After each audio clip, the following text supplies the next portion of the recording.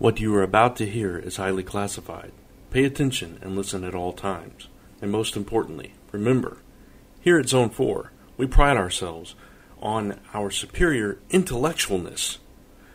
And if you don't agree, them are fighting words. Ladies and gentlemen, you are now entering Zone 4.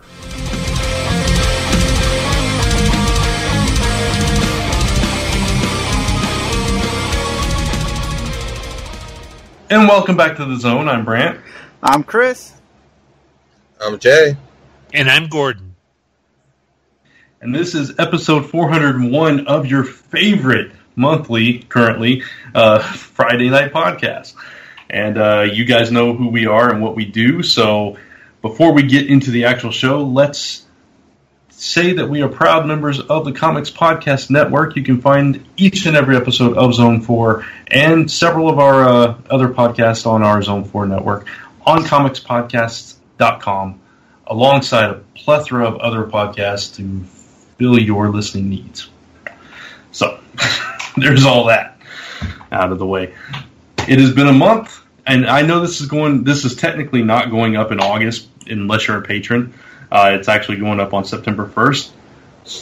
But I'm going to say it's okay. So you're actually going to get 2 episodes in September. So what's not to like about 2 episodes of Zone 4? I think it's pretty awesome myself. But then again, it's our show.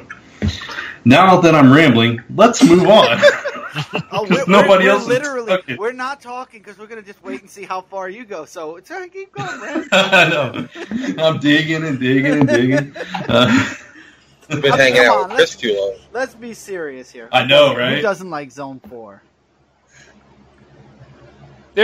Chris, there's probably some really sick, demented individual that does not like Zone 4. I just think it's the odds, you know.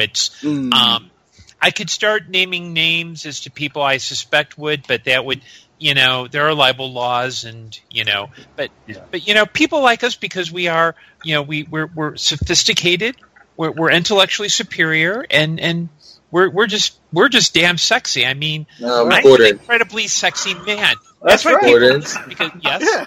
What was the first word? What was the first word of that whole thought that you just said? Sophisticated? No, the very beginning of your thought. What was it? This podcast. No, Chris.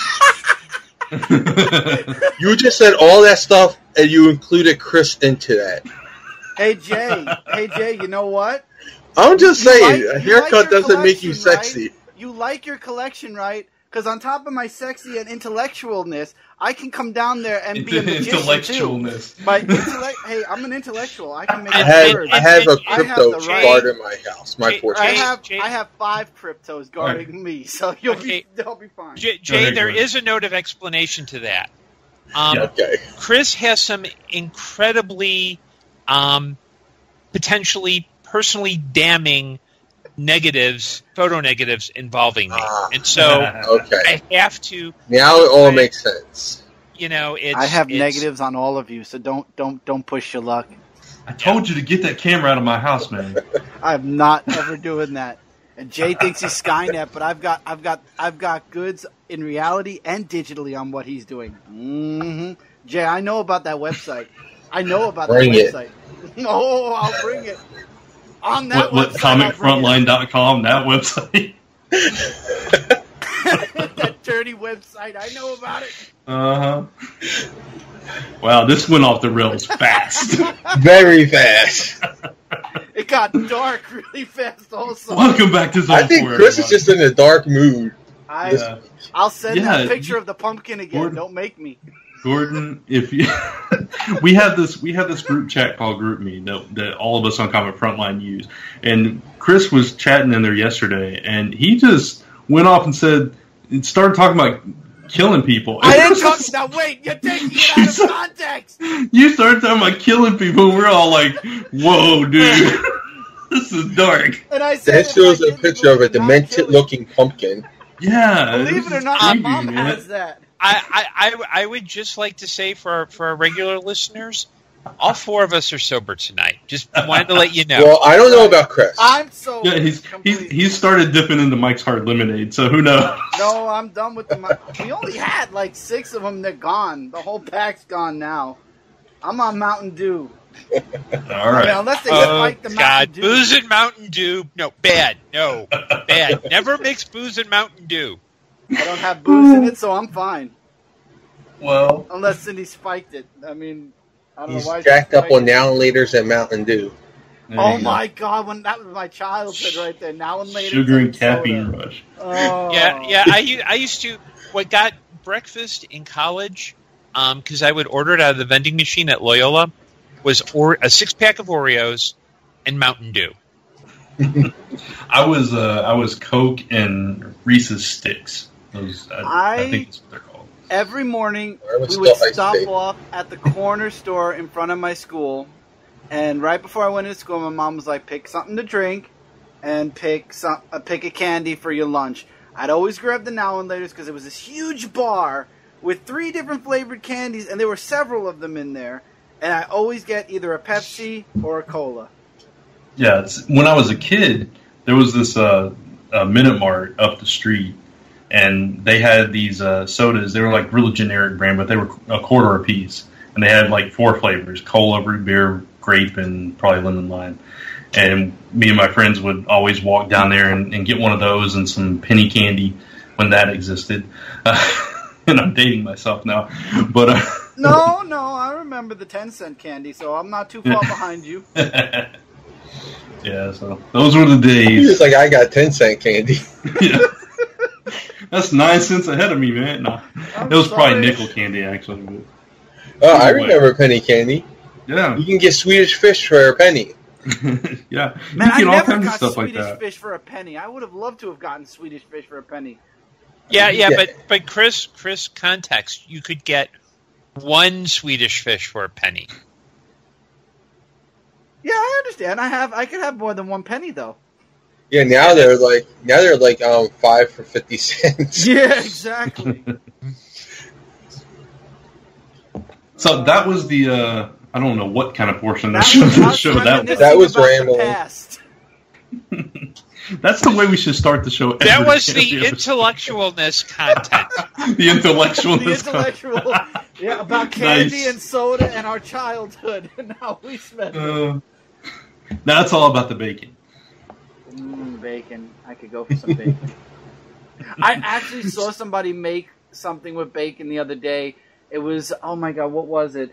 They deep fried the bacon around, I think it was like a French fry. I forgot how they did it, and then they had like the cheese that Was they that put from over. Philly? Yes, it was. Actually, I swear to you, kid, I'm not lying. It was.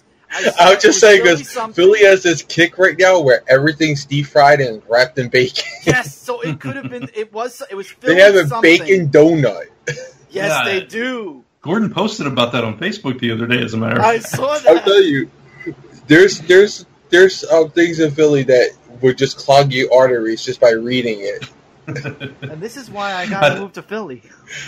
Yeah, I think Gordon's post was, yeah, it looks disgusting, but I would definitely eat it, or something like that, Yeah, right, it Gordon? was the grilled cheese donut.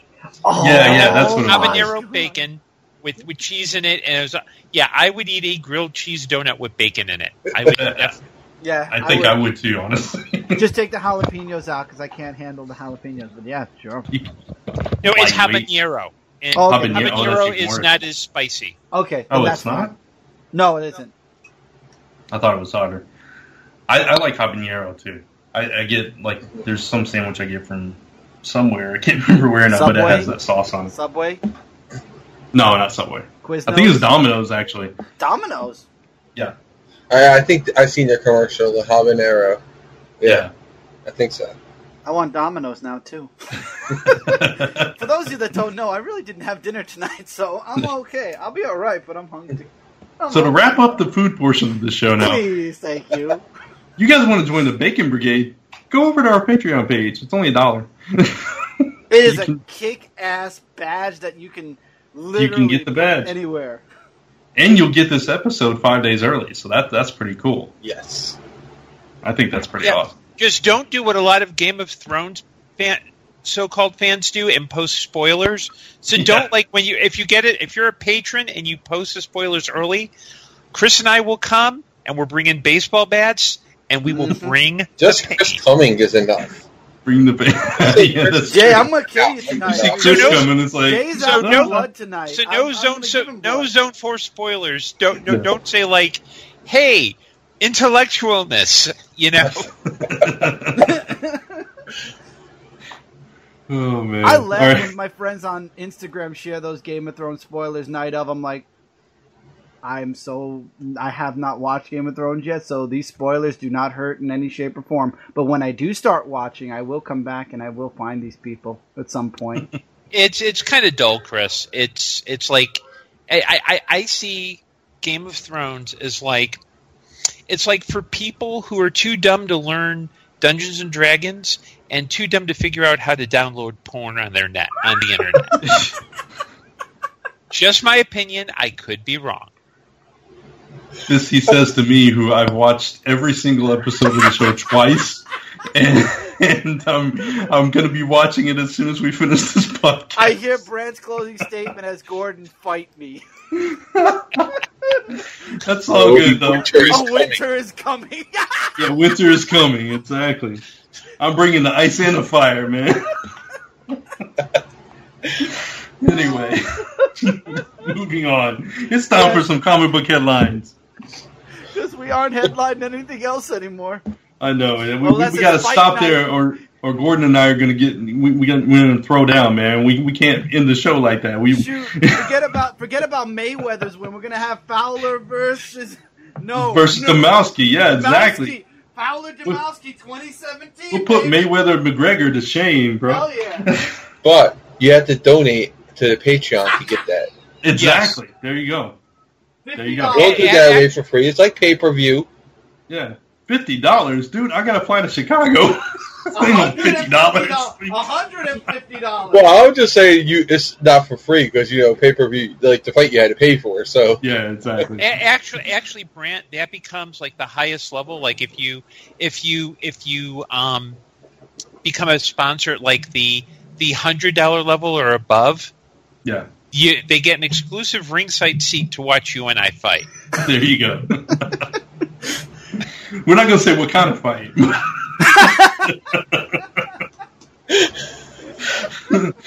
We're going to be creative. You know what you got to get? You got to get those boxing robots. Be in the middle of the ring with the boxing robots. Whoever hits the head of Rock'em Sock'em Robots? Yes! Oh my god, I love Rock'em Sock'em Robots. I have a couple sets. Jay's going to sponsor it with his own Rock'em Sock'em Robots. Okay. Let's do this.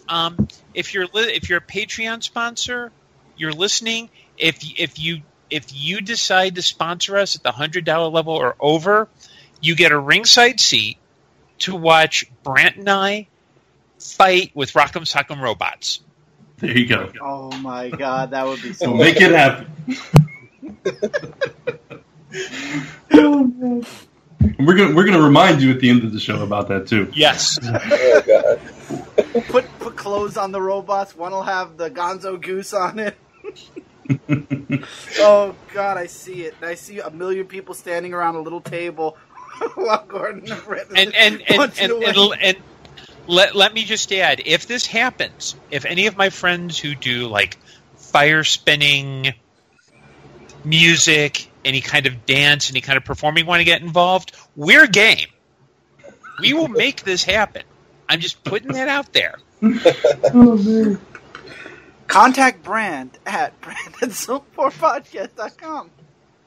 Or just zone4podcast@gmail.com, the actual email.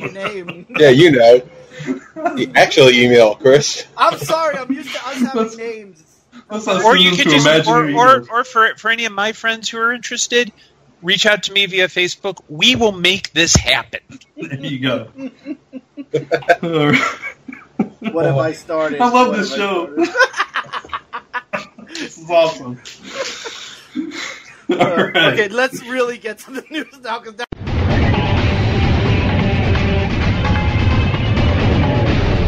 Comic book headlines. Yeah, let's Let's talk about some comic stuff.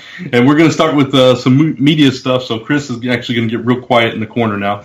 But You think I would, but I actually have things to say.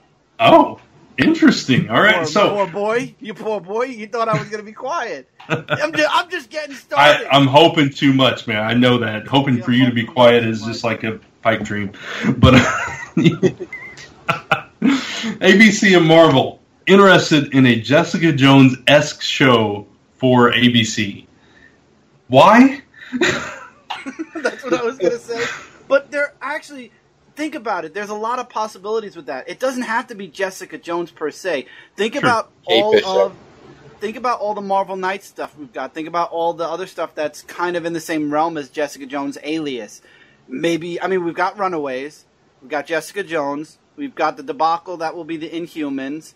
We've got... I keep forgetting what that X-Men one is going to be called. The Gifted. The Gifted. Think about it. There's a lot of possibilities. You just got to think about the smaller comics. They're going for probably a private eye thing, and right now Kate Bishop, Hawkeye. Has a private eye thing going on. She's young. She's got that appeal to her. It could be like a teenage private eye, like kind of like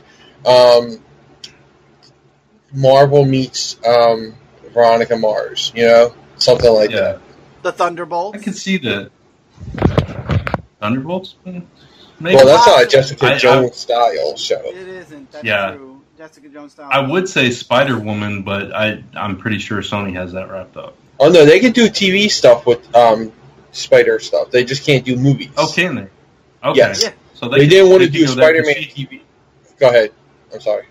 No, I was just going to say Jessica Drew, she was also private. Yeah. But go ahead. Ooh. Yeah, I said they didn't want to do a Spider-Man TV show because in case they ever got the rights back, then they'll have to get the actor to go over there, and it would be a whole big, thing for them. So they wanted to wait till they could get the rights to put Spider-Man in their main universe because he's, one of the big guys. So they had the rights to do TV. They got that back when Spectacular Spider-Man got canceled. They got the TV rights back. I'm surprised nobody's trying with, and they made figures of it. There's Blade. There's Moon Knight. There's a lot of... it's not Jessica Jones-esque, but, these are other characters that you would fill in the blank with, you know what I mean? If you would add... Moon Knight, I think, would be a Netflix. Moon Knight would definitely be like a Blade. Those two I can see being... you want to go edgier with those. Yeah. You want something, especially Blade. Yeah. Yeah, with ABC, you got to think of the content that they have, like Once Upon a Time and stuff. There's a little bit of edge and darkness, but it's more family oriented. Dark. Yeah. Gordon, you're quiet on this. Yeah. Well, what I'm thinking is, I don't know if Marvel wants to do something with one of their female characters or just like a similar story. I think if they were going for female characters, I love the idea of Kate Bishop as Hawkeye. If they're going for something a little bit more psychological, I kind of hope they do Moon Knight, only because, especially when Warren Ellis wrote him, he wrote him as more of kind of like a white-suited... he's a guy who's like got 3 different personalities. So I also think that Marvel Television hasn't really been... Anything that's not Netflix has been kind of iffy. So I'd really like to see something a little more challenging than, say, Agents of S.H.I.E.L.D. Yeah, I understand that. As the resident Agents of S.H.I.E.L.D. fan, I can completely agree with that. Jay and I were actually talking about this privately the other day, that Agents of S.H.I.E.L.D., it had its high moments, with this last season being the best one, I think. Yeah, but I agree. Rating-wise, it wasn't a juggernaut or a winner. So, yeah, I can agree with that. I wish they would do something that could, that wasn't Inhumans. Let's put it that way. That was actually good and solid and could actually get the kind of ratings that I think it's because it's so hurt by the connection to the MCU. I think it's so hurt by that because it's so so restrained by linking all their properties together. You're limiting what each one of them could do separately. If you wanted, they could have put all the TV in one universe, all the movie in one universe, all the Netflix in one universe. That would have been cool. and then they could do whatever they want to do. I think we're old enough and mature enough as a country, as a viewing audience, that we can understand that these are not all interconnected realities. Well, I mean, obviously, because DC is that way. I think you're absolutely right on that. To counter that, I will say that the Netflix series, they don't feel hampered by that, even though they technically are in the same universe.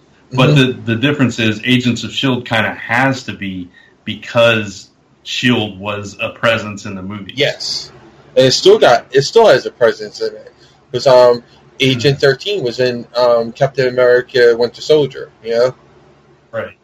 So it still has a presence in it. Yeah, Coulson was in all the original movies to kick off all the way up to Avengers. I mean, like, they had more of a connection, where these guys are more street level anyway, and, you know, S.H.I.E.L.D. is more global. So, yeah, I mean, I can still see that it's not I agree with you, it's not as hampered, but again, like you said, it's not as connected either. Where they actually, you know, that was like a spin-off of the MCU.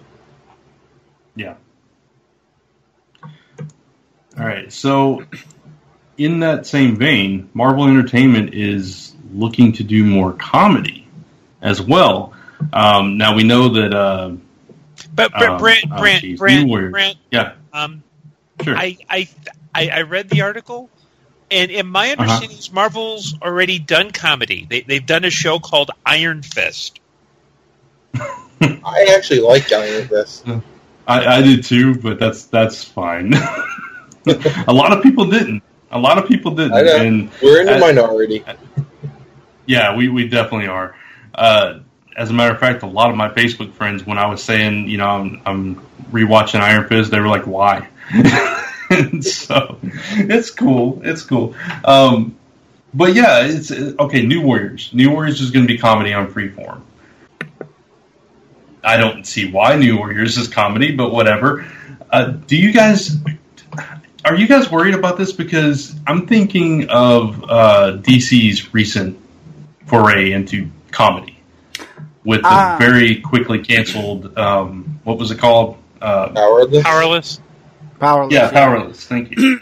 I don't think they need to make a show based on comedy. I mean, a lot of their universe is bright enough where there's humor mixed with serious.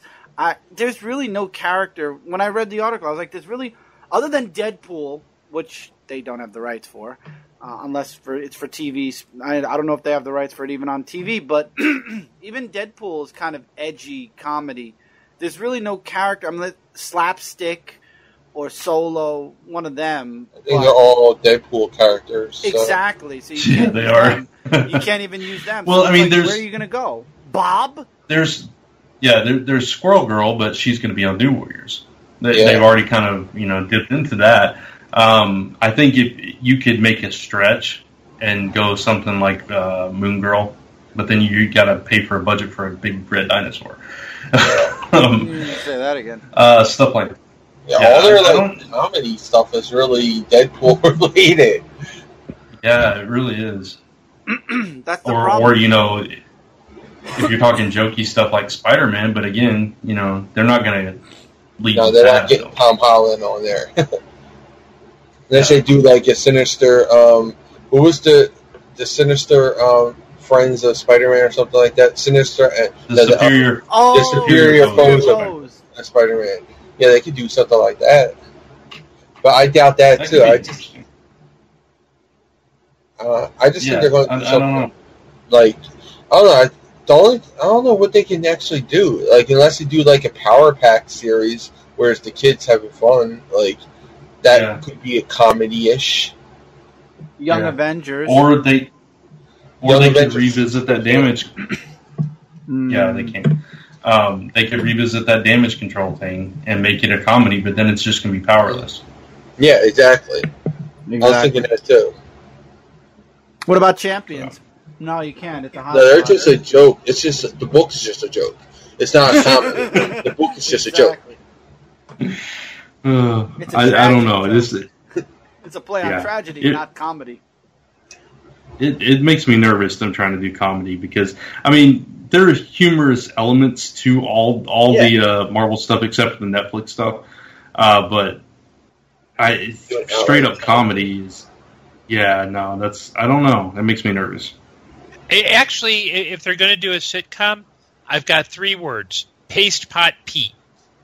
Just a guy with a glue gun, like fighting crime. Absolutely. There you go. I'm down. Wasn't Condiment Man a Marvel character, or am I misremembering? Oh no, Condiment Man. I don't remember that one.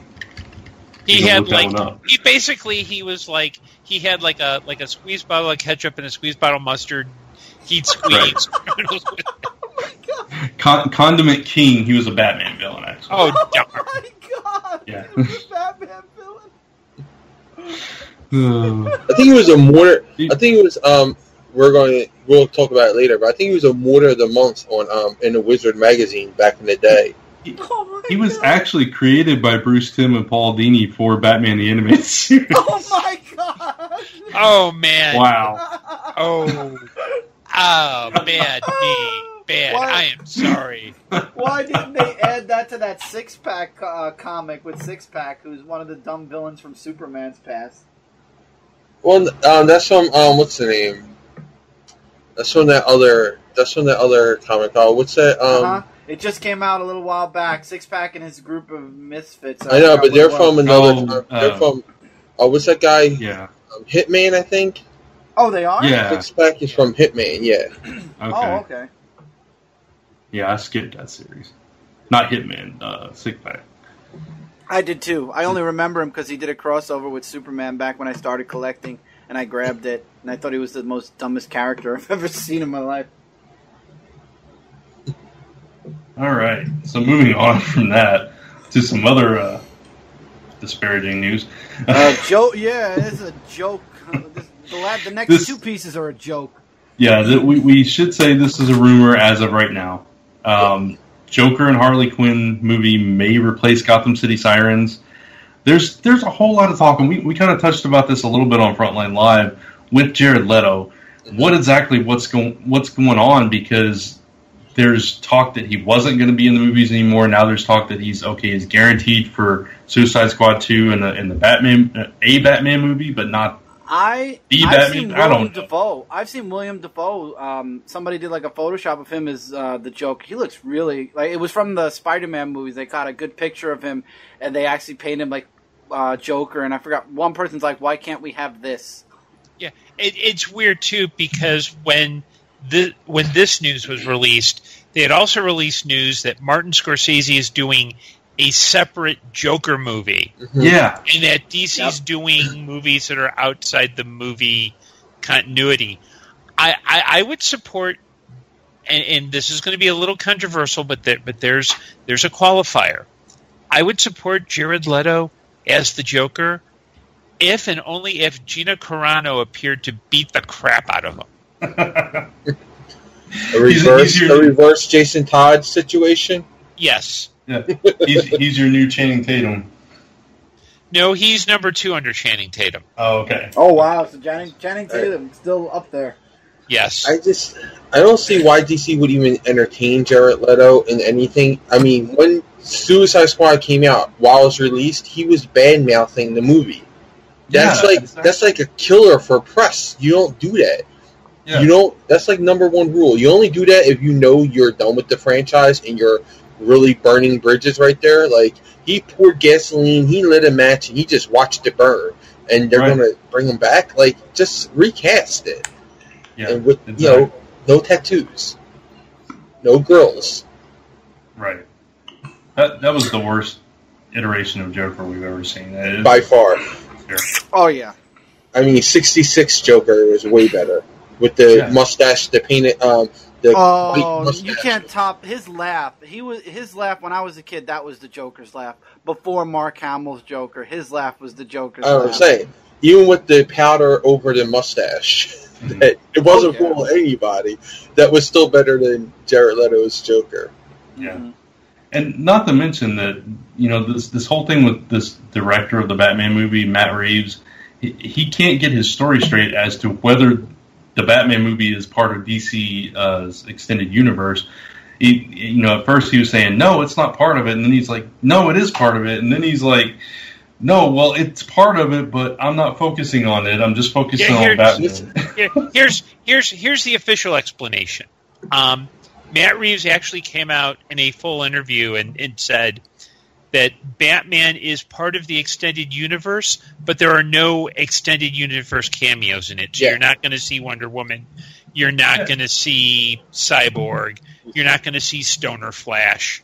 You know, it's not going to be referencing any of that. It's going to be like, this is just a Batman story.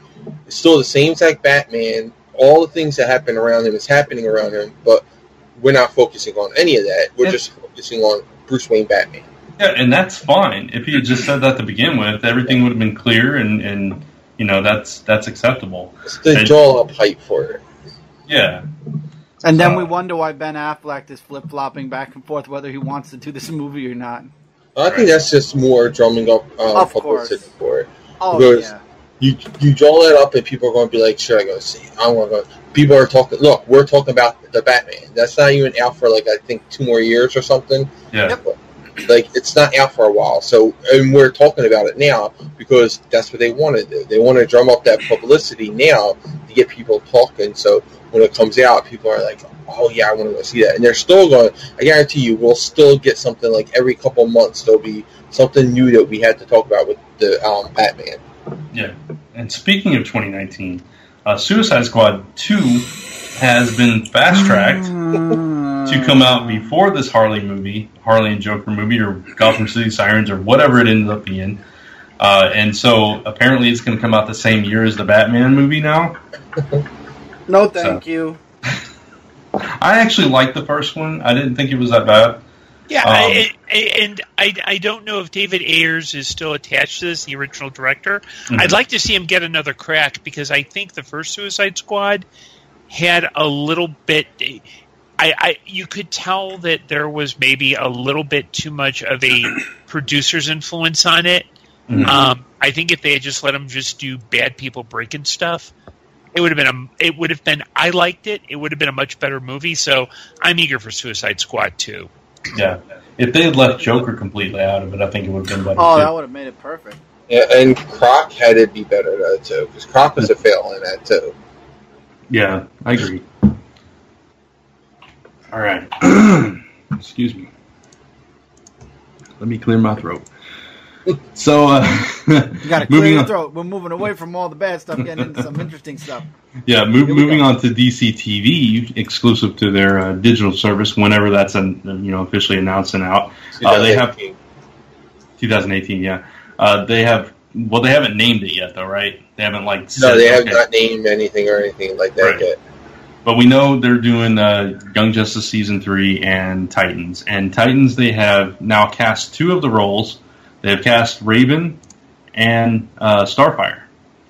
And with Raven, this has been out for a bit. So, we've talked about it here and there. But they went for very young with this. And the actress looks fine. If you're going to accept that she's young like this, like 13, 14, whatever. Her name is... Oh, where is it? Just lost it. Tegan Croft. That's her name. So she's fairly a newcomer. So that's cool. And then the other casting is a little bit more known. Is the 29-year-old Anna Diop, who was in 24 Legacy, is going to be Starfire. This casting caused a lot of controversy, unfortunately. But all for the wrong reasons, in my opinion. For me, I just don't think she's that great an actress. And I've only seen her in one thing. I've only seen her in 24 Legacy, and I thought she was the weakest part of that show. But, that aside, I had no problem with the casting at all. What do you guys think? I liked Raven's casting. I'm okay with Starfire's also. Everybody has a problem. Like you said, I never saw her acting. If I would have seen... I don't know either of their actings. I've never seen either of them. Again, everybody forgets the Starfire is orange, so... And an alien. And an alien... To top it up, an alien, like Gamora, that's Marvel Universe-wise, but still, she's an alien. That's a good comparison, though. That's a really good comparison, Gamora. So I'm glad you brought that up. I mean, it's true. And then, I mean, come on. What's the big deal who you cast as long as they're good? They're going to be orange skin. Doesn't matter what skin they are before they paint them. They're going to be orange regardless of what you do. It's really disappointing to me that even an alien character, people are going to get upset about the choice of race for the actor. Yeah, I think, and it's on both sides of the fence too. Yeah, I've seen tweets from people who I'm following who are like antagonizing people, like saying things, oh well, now that it's they're saying now that certain characters are casted black, they'll never be white, even though they're actors, even if the character was supposed to be white. And then there are the idiots who are saying, well, she's supposed to be white. Again, no, she's not. She's orange. She's a Tamaranian. It doesn't matter what color she is, as long as she can act well. And like Brant, I don't think that this actress is that talented, but never know. This could be the role that was better suited for her over 24 Legacy. So give her a shot. Yeah, I'm not familiar with either one of these actresses' work, but it's you make these decisions, and people who complain about there are people who are still complaining that Doctor Who's going to be played by a woman, blah, blah, blah, or there's too much diversity in Star Trek. To which I ask, have you ever seen the show or read the frickin' comic? Yeah. This is not your thing. Let it go. Exactly. And to all the people out there arguing that, it's a 29-year-old playing a teenager. All right, first of all, it's Titans, not Teen Titans, and she's one of the older characters in it, so that's not even a factor. And second, have you watched TV in the past, 3-4 decades? And she's an alien. I mean, Gabrielle Carteris. Well, I'm saying Gabrielle Carteris was late 20s, and she was playing a 16-year-old. Yeah, I think they were 15 years when they started, 15, 16 on Beverly Hills 90210. Tom Welling was in his 20s when he was supposed to be 15. The girl who played Maya on Pretty Little Liars I think she's in her 30s. And she's played teenagers a whole bunch of times. If you look at a teenager, I don't care. If you're I'm sorry, but if you're a male and you're balding, if you have you just got that big, bald head, and you're going to be playing a 13-year-old, there better be a reason why the 13-year-old is going bald. I mean, that's all I'm saying. Male pattern baldness does not affect a 13-year-old. And let's also keep in mind there are child labor laws. Yes. You can't put, it's it's like complaining that the cast of Riverdale isn't actual teenagers. Get over it. Right, exactly. And for Raven, I think she looks pretty much if you take Teen Titans Raven and you casted that role with the actress who looks like her, that's kind of what you got, So for all those fans of Teen Titans, the original show, not Teen Titans Go, because I know that has a controversial, split among the fandom, but Teen Titans had a well-received audience, and, she kind of looks like her, brought to life, And I think we're going to get at least 2 more controversies over this, because the call sheet for Gar, Beast Boy, is open ethnicity, but preferred Asian. So I think we'll get some backlash for that. Oh, of course. Which will be a little bit more reasonable, even though it's not reasonable, only because Garfield Logan was white before he became green. So I can see that would they actually have a little bit more of an argument there, the racists, beyond what they did with Starfire, because she was always orange. But I can see that being a thing with them. And then on the opposite side, for Nightwing, they're going with a white character. The call sheet section for a white male. So a lot of people want a Romano to play him because that's what he is. And there's a little bit of an echo. Yeah, I heard the echo too. Well, all I got to say is sign me up and call me an acrobat. There you go. I think we're going to be talking about this again when those two roles are cast. So yeah, and there will be a lot more idiots on the internet talking about it too. Moving on, Wizard. I'm not even going to touch that segue, but Wizard is bringing back Wizard magazine in a digital format in a quarterly release schedule. Now, we talked about this a little bit on Frontline Live. Can a digital quarterly magazine stand in the market where you have spoilers hitting 2 weeks before an issue release? You know what I'm saying? It's like you have websites that put all this news and content up. It's hard to stay on top of stuff. You have to like really think outside the box and really put your reputation on like really insightful articles and exclusive interviews and that kind of thing. It's in maybe some of the other features that Wizard used to do that we don't have anymore, like the drawing board stuff and the the contest and the casting calls and things like that. But again, that's similar content that you can find on any website on the internet. So. And the thing too is that when back in the day, the Wizard served a particular niche that the comic companies weren't doing, and now DC, Marvel, Image do the kind of things that Wizard did. So it's kind of like you're kind of like pretty much repeating this. It's like the guy who was the star quarterback in high school sees the current quarterbacks at his current high school and decides, hey, I'm going to try to go back and try out for the team so I can be quarterback again. Wow. Yeah, it's like you just said, Brent. It's we have websites. I mean, on Wednesday, if you're like a reader that doesn't want any spoilers, you got to stay away from Twitter. I mean, you've got breaking news coming out of all different corners of free websites, and I mean, it's a quarterly magazine, so you need to have something unique about it. The digital thing, I think, is going to be monthly, and then the printed one will be quarterly. Oh, okay, so it's digital every month, and then printed. Yeah, that's what I gathered from different reports I've read about it. It's going to be wouldn't that still hurt? Unless you're ordering, you can order. You start digital and then they give you the physical.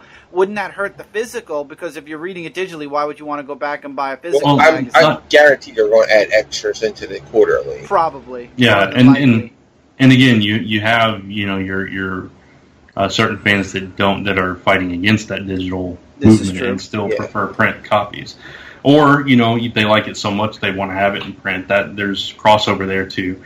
It's and as far as I understand, it actually relaunched this past weekend at Wizard World Chicago.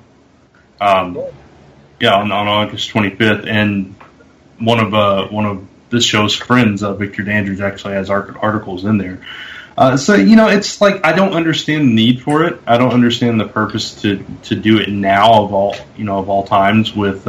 Like I said, with all these websites and everything, it's weird to bring something like that back. But Wizard should wish them luck.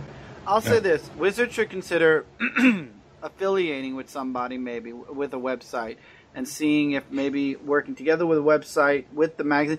I mean, I liked Wizard when I was a kid. When I started... I think we all did at some point. Yeah, I think everybody here has bought a Wizard magazine. I mean, I bought them every single month. They were like I have every one. Yeah, exactly. And I kept mine, too. They were a cornerstone of my monthly buying because I didn't do the previews. I did Wizard. So, I don't know. I mean, like you said, now there's so many websites, Twitter, Instagram, YouTube... Everything that you get at the moment it drops now. They'll need something exclusive. Even MTV has it. MTV News gets previews. Like so many websites that you won't even think about having comic book stuff has it now.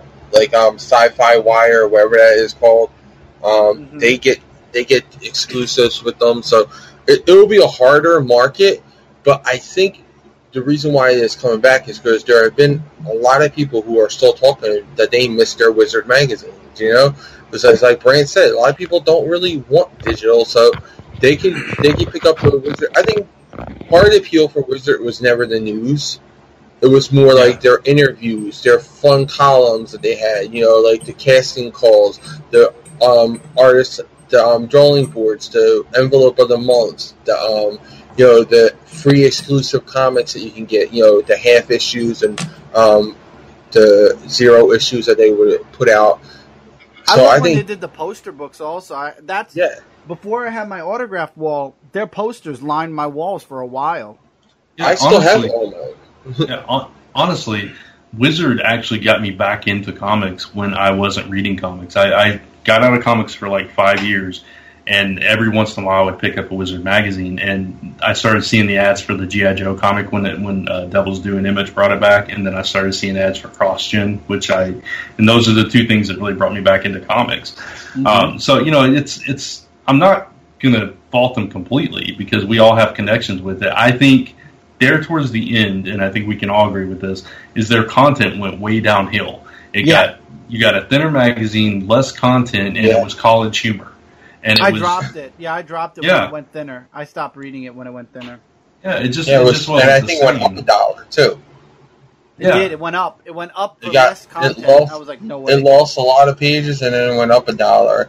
And like one of the things I liked when Chris mentioned about the posters for it was sometimes they'll put a poster, and then on the other side would be a calendar with like comic book themed stuff, like Stan Lee's birthday. You know, this day Fantastic Four #1 came out. On this day, you know, Galactus tried to rule the universe. You know, it was like always these things that I thought they were really cool. You know, with like little cartoonish characters on it. That I thought was cool. So I can see them bringing that back out too. Like, give you maybe 3 months worth of that. Like, if it comes out in June, you'll get June, July, and August, and then when it comes out again in September, you'll get September, October, November. Yeah. No, yeah, I could see that too. That'd be cool. I'll be honest. I'll probably grab the first magazine just to see, because I'm like everybody else. I'm nostalgic for Wizard magazine. I'll probably grab the first handful just to see how they are. Yeah, it's really going to come down to, I think we all said it, it's really going to come down to the content they put in it, whether it's going to survive or not. Mm-hmm. So we're just going to have to see, I guess. And speaking of, you know, whether it can do what its mission is to do, there's an article on Bleeding Cool, and obviously we always have to take Bleeding Cool articles with a grain of salt because you never know how much validity there is. No, actually, Brant, when it comes to Bleeding Cool, you actually have to empty pretty much half the shaker of salt on it. Yeah, I was just going to say there's another magazine that's right behind Bleeding Cool. It's called The Inquisitor. Just throwing that out there. And then behind that is the fairy tale books, you know? So yeah. You can say that, but they are right sometimes. So we'll just put it out there that this is an article from Bleeding Cool, so take it for, you know, what it's worth and take it as you will. Yeah. So the headline says Wizard World drops from $500,000 profit to $2 million loss. Can Wizard Magazine save it? And basically they're saying that, you know, they were making a big profit and then they took a huge loss. And we all know this. We've talked about this before. They dropped half their convention slate because they weren't making money. You know, they had to get out of certain markets and kind of scale back on which cities they were going to go to. And that's been a huge thing. And honestly, we've talked a lot of crap about Wizard over the years. Well deserved at times, honestly. I will say that I do think that they are actually trying to repair that reputation. You know, they had some people at the head of the company at some point that kind of did some unscrupulous things. They've tried to restructure. They've tried to rebrand. They've tried to, try to gain some of that goodwill back with the people. Not always successfully. And a lot of people are just, they're going to have that negative taste in their mouth about Wizard because of past. And it's understandable, but I don't know if there's any truth to this. I don't think it's true at all. I think that Bleeding Cool made this article up because Wizard said, hey, we're bringing back the magazine. So they're like, ooh, Wizards going broke. That's why they're bringing the magazine back, which I'm sure that's not the reason why they're bringing the magazine back at all. No, I don't think that's why they would bring the magazine back. I think that's part of the rebranding, restructuring, and trying to get that goodwill back. I think scaling back the conventions is part of that, part of their money issues. Yeah, that's a possibility also. But I think that that's where they got the idea from. Oh, Wizards bringing out a magazine after canceling it so many years ago. Maybe they're going broke. Yeah, of course, it's a hot topic issue. Wizards in the news, so we're going to talk about Wizard. That's, of course. Yeah, I can see reviving the magazine as a way of driving attention about the convention. That it becomes, because like as we record this, Wizard World Chicago's ending. One of the big highlights was that David Tennant was supposed to be here. He had to cancel at the very last minute due to an illness in the family. There were some friends of mine are involved in a dance troupe called Rocks Geek, which is belly dance, fire spinning, whatever, but with geeky themes. Their MC, and Chris, you are going to freak at this, but I need to say this out loud, but it's going to be funny. Kato Kalin. I am not making... I just want to say to my friends in Rocks Geek, Mishi, Dawn, I am really sorry. I know you may be embarrassed. I know you can't believe it. But yes, that is a thing that happened. And I think Wizard, has had their reputation. They've kind of, and a lot of people have complained, and this has been complaining for years now. It's overpriced autographs, not really well thought out celebrity guests. I mean, our former governor was there a few years ago before he went to jail. And just a real sense that Wizard World is more about, okay, we're there just to get money out of you, get your autograph, and move on. So I can see them using Wizard Magazine as a way to reconnect with that idea that they are hip and cool and pop culture and everything else.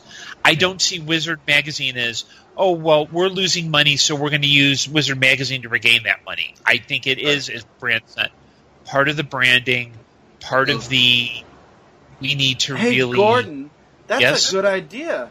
That just hit me as you were saying it. What if Wizard Magazine becomes a coverage of their conventions to promote their conventions? That would be their uniqueness. It always was that. Honestly, it was always to help promote their conventions. Because I think the first time I heard about a Wizard World convention was from a Wizard Magazine, because, I mean, more in-depthly. Like, the magazine would be about the convention, like interviews that they got at the convention. Right. And stuff. And that way... Because that way, it also makes sense. Because that way, if you do it monthly, they're doing events every month, and then quarterly as a summary. I could see that being it, because a lot of the stuff that Wizard Magazine did is being done better by a ton of other sites. And so why would you want to compete with that? But I could see Wizard Magazine as being a way to highlight what's going on at their conventions, to drive traffic to their conventions, and also to kind of rehabilitate them. It's like, we're the new Wizard. We're the new Wizard World. We don't have scumbags running us. Yeah, exactly. I think it would be like, it could be 50 to 75% of that, but I think they're going to throw in some of the classics just to get the people who are like me, Chris, Brant, you, who used to buy it, when it was out, and to get us to buy it again. Remember all those features that we used to have that you loved? Now we're going to do it again. And they'll probably add some more flavor to it, but I think that they could, cover a lot of their Comic-Con coverage, give you stuff that you couldn't get unless you went to the con there, Like, how they always put out those things that, this will never go out to the public, this is only for a con. I can see them doing that on the magazine. This would be only for the con until we put out the magazine, then we'll put out some images of this and that, Yeah, I can see that too. We will have to see. One of us will have to sample this magazine and report back next episode, maybe. But yeah, no, I honestly wish them luck. I don't want to see them fail because, and I know, okay, I'm not going to go too deep into this, but I know some people that have a problem with Wizard just because of the kind of guests that they bring, and you kind of alluded to it too, Gordon. But focusing on the celebrities and less on the comics and things like that, and that's a whole other topic that maybe we'll do a full show on. The what comic conventions are these days, and whether that's a good thing or a bad thing. But I don't know. I think wishing ill will to comic conventions is counterproductive to our entire medium. Agreed. Oh no, that wasn't what that wasn't my intention. I want to say that it's not about Wizard. I'll be honest. I gave up going to Wizard World because I think the people that were running it tend to focus less on maybe the more pop culture-y aspects of it. And it sometimes feels like and especially here in Chicago, because it's at the Stevenson Convention Center, which is, there's no nice way to put this. It's just basically a big frickin' warehouse. It not carpeted. The space is actually just kind of ugly, and so it's not that I think Wizards evil, they suck, what have you. I think this is a way for, and I think Wizard, though, may have, in some of their choices, not exactly done the best to represent themselves. But I do think this is a great opportunity for them if they choose to go with this idea. And yes, Wizard, if you're listening, please send all royalty checks to zone4podcast@gmail.com. I think it's a good idea for them to start maybe rebuilding that idea that Wizard used to be, which is, this is everything that is really exciting that's going on. So I'm just putting that out there. Yeah, no, exactly. And I didn't mean to infer that you were bagging on them at all. I just, there was an incident on social media that a conversation I was involved with, that I was dealing with people that were just like totally negative against it no matter what, and I'm just going to leave that alone. That was crazy. Yeah, and just move on from that because I think we've said enough about Wizard. Brant, and let me just say I am impressed with your intellectualness. I am just really, really impressed with that. Thank you. Intellectualness. I'm very proud of my intellectualness. All right, so moving on, our last proper news story, I believe. Runaways preview. This book is finally coming out next month, just in about a couple of weeks. Runaways #1, written by Rainbow Roll, with art by Chris Anka. What do you guys think about this new look and direction for Runaways, Chris? As the person who read Runaways through his girlfriend, this is going to be my first foray into it alone, like first time. I don't know how I feel about it yet. I saw the preview for it. I've already, I get my orders through DCBS, so I've already pre-ordered this and issue 2. It looks interesting. I don't know if it's going to have the same feel to it, but we'll have to wait and see. Honestly, I love the characters from, what I read of the Runaways before. I'm hoping, even though it's kind of different, there's still a feeling of familiarity to it. Yeah, I couldn't have said it better myself. And I'm really curious how Gert comes back, Gertrude. Yeah. It looks like Chase went back in time, or, something is holding her in his arms. That's what I was just going to say. That's what the picture looks like. He somehow grabbed her out of time. Yeah. Exactly. But I think I'm excited about this because Rainbow Rowell, or however you pronounce her last name, she says she's a big fan of Runaways. Right. So I'm looking forward to seeing if she has the essence of what it is. And she is bringing back Dirt, which is, one of the big sad moments of Runaways that fans, were disappointed in the series we're doing. They wanted Dirt to stay alive, so this has a good chance of succeeding, I think. Yeah. And it might also explain why, oh my god, why did her name leave me? She has her arm again. Nico has her arm back again. But that's just like a shield arm. Like, that's just like, an arm that looks human, but it's not. Oh, okay. I mean, otherwise they just did it out of nowhere because she had her arm severed. That's why she could do her magic without having to cut herself or anything. Because when you think about it, her power really is that she's a cutter. Because she would have to draw blood from herself, which isn't a good message to send to teenagers. Right.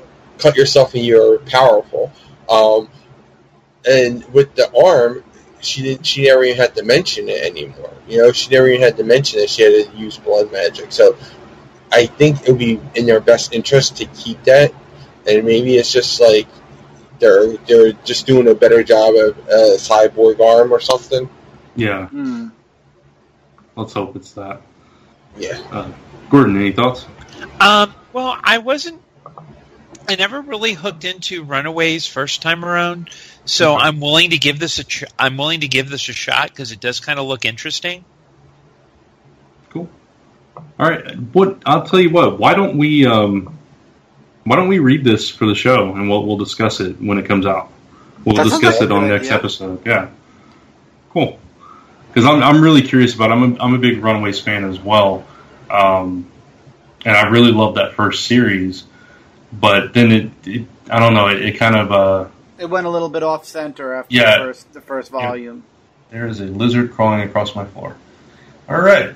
Random thought of the night. I'm serious. It just crawled under my bookcase. Little baby lizard. Anyway, joys of living in Texas. So, you guys got that to look forward to next time. But moving on, it's time for some Facebook shoutouts. And this is the part where Brand should have recorded Ron doing the Tarzan yell to keep that as like the. Well, you know what? I'll try doing the Tarzan yell. Okay. Oh. Shout it, shout it, shout it out loud. Shout it, shout it, shout it out loud.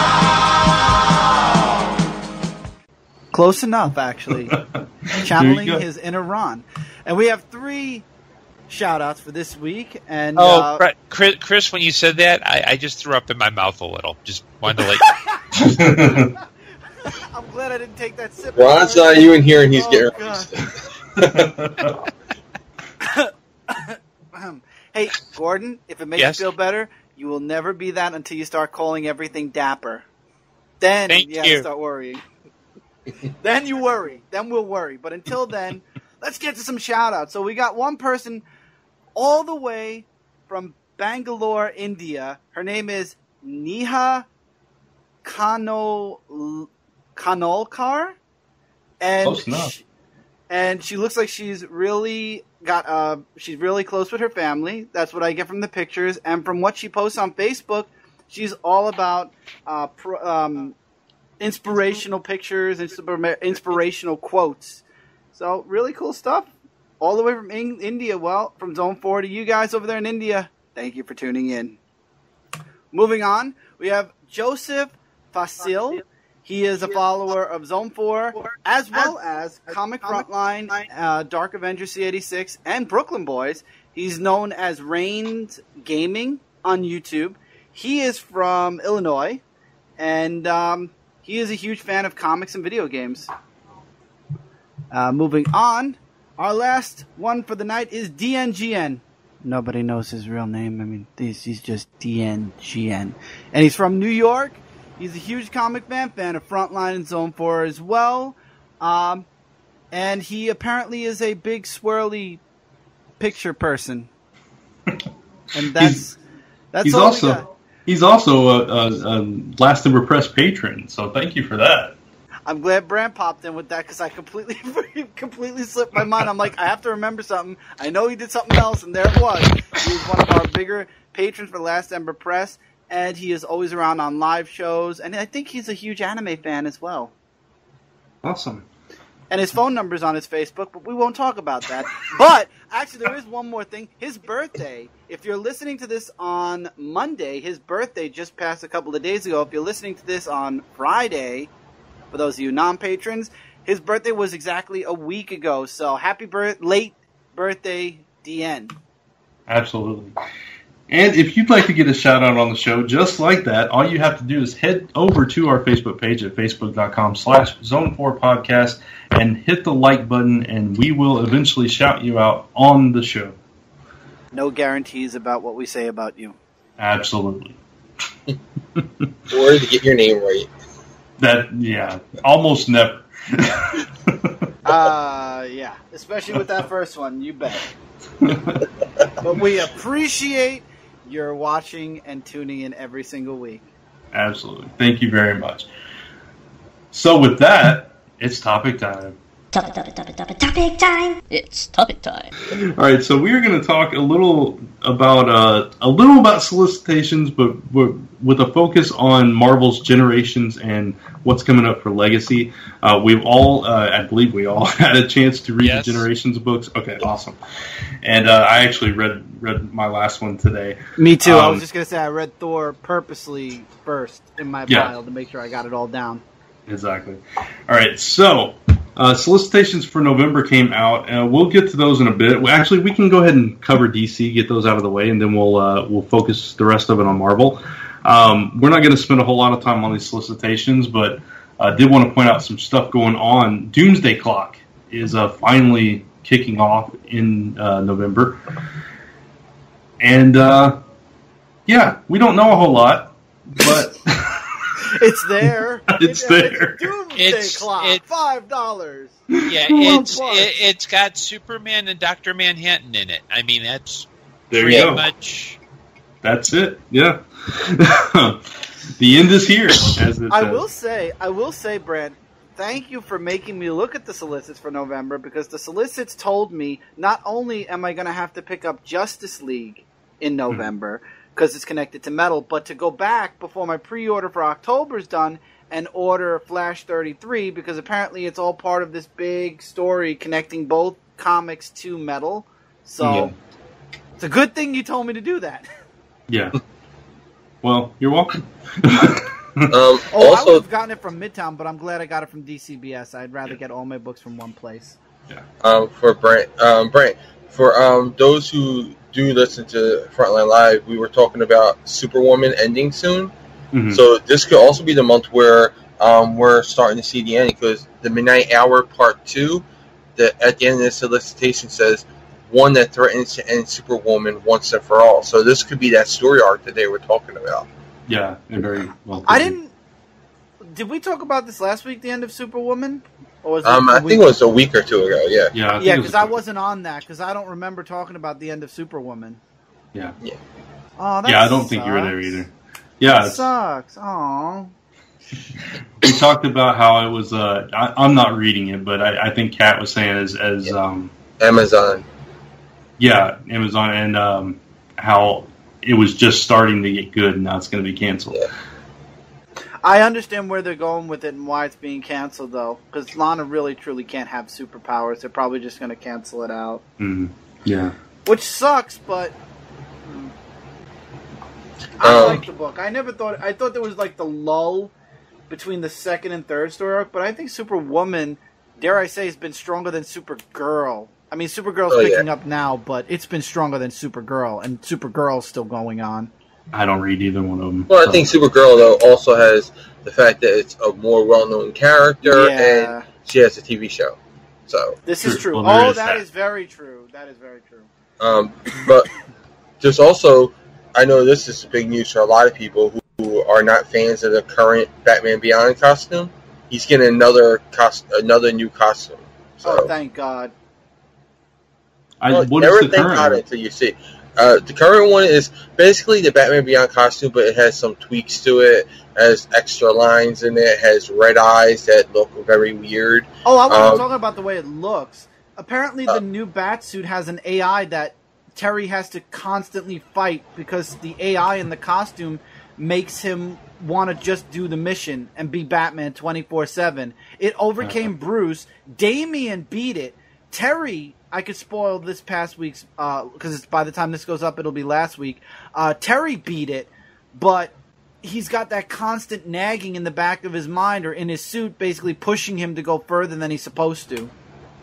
That's the part I don't like. The suit itself. Yeah, but I'm saying, like, a lot of fans just don't like the suit itself because it's visually not Batman Beyond, you know? Yes, it's a little different. So I think they're going to be returning more to the classic look because fans were not digging that at all. Okay. I was okay with the look of the suit. I wasn't okay with the AI of the suit. It's just another book I'm not reading. I only read it digitally, Brent. I haven't picked up a physical copy ever since they kind of merged it with current DC. Well, anyway. Yeah, wow. Let's move on. Moving on. Yeah, exactly. Gordon, I'm curious. Are you reading any of the metal stuff? I'm starting to get into it, and I'm really liking it. Okay. We had kind of we kind of had a difference of opinion. I liked the two lead up stories, the casting and the forge, but I didn't like the actual first issue of Metal. Yeah, I did get that far. It's kind of one of those that I'm taking a wait and see approach because since it's been a while since DC has done like a big crossover like this. I mean, I'm liking what I'm reading, but I can't say it's the world's greatest thing ever. Right. Okay. Yeah, Fair enough. I'm in Gordon's shoes right now also because I'm waiting to see going forward where we're going with the whole metal thing. Because right now it's too early to. I mean, we know where it's leading, but I want to know where this series is particularly leading to. Yeah. The journey more. I just hope it. Go ahead, Jay. Now I'm saying we have your favorite series coming out from the metal story. Yeah. Batman and the Signal. Oh, The Signal. That's gonna hurt. Brandon has that on pre-order. I mean, he pre-ordered like 50 copies of that already. That's gonna be so hard to pre-order, but it's part of the series, so I'm gonna have to get it. Oh god, that's gonna hurt. This is so stupid. I've said this before. I was a fan of Duke. I like Duke, but this name is just so ridiculous. The Signal. He is literally the Bat Signal. I'm telling you, someone's going to get punched and that signal in his chest lights up. Man.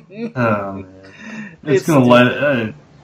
it just sounds corny and cheesy. It sounds like, I'm the Signal, I will light the day. You know, hey, that's what it Maybe his arch enemy can be the Condiment King.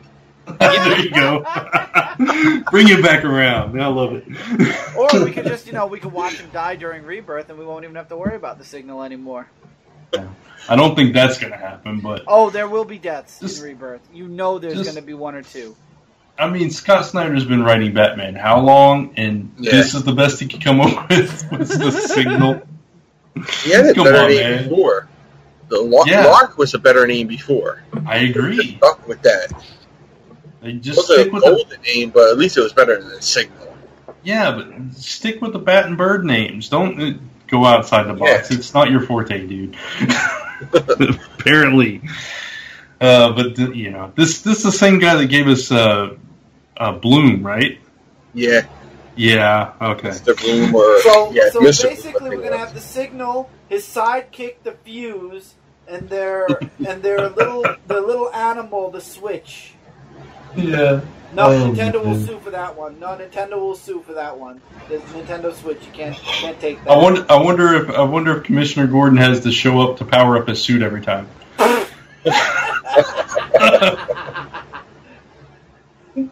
I'm sorry. Yeah, I wonder what the signal is. Yeah. The premise of it is that Batman goes out at night and he needs someone to go out in the daytime, and that's what the signal is there for. I guess that's why he's wearing bright yellow too. Is that the purpose? Yeah. That and to say, hey, shoot me here. Yeah, exactly, right? Because that's what the yellow was supposed to be for the bat symbol on Batman's chest. It was supposed to be reinforced with more Kevlar than anywhere else. Yeah. So I guess like his whole top is just all Kevlar, and he's like, shoot me in my head because it's yellow. My argument is still you can't see a light in daylight like that. A flashlight, a signal, none of that stuff. You don't see it. So it's makes no sense. I am the signal that shines in the light. Maybe he'll shoot rainbows out of himself or something. I don't know. That's just, they called them the Eclipse. Should have called him something. I would have rather them just called him Duke. Just call him Duke. Bat clips. At this point, I would take Batman Jr. Daytime. Batman Jr. I would take that. That's the sad thing. I would. Or the Dark Knight and the Light Knight. Why not? I don't care. Just not the signal. Yeah, that's a bad name. Yeah. Whoever came up with that needs to go stand in a corner somewhere. I completely agree. All right, Tony Isabella is writing Black Lightning again. New miniseries. Or is it a miniseries? Yeah, it's a miniseries, 6 issues. Called Cold Dead Hands. I think it's cool because he's one of the co-creators of Black Lightning that he's getting to take a stab at it again. I think that's pretty cool. Whether I'm going to pick it up or not is a different story, but I still think that's pretty neat. Yeah, they're taking away his family and de-aging him, so I'm not sure, especially with the TV show, how's that really going to tie in and sell with that? Because you would think that they would want something more connected to the TV show. Mm-hmm. Yeah.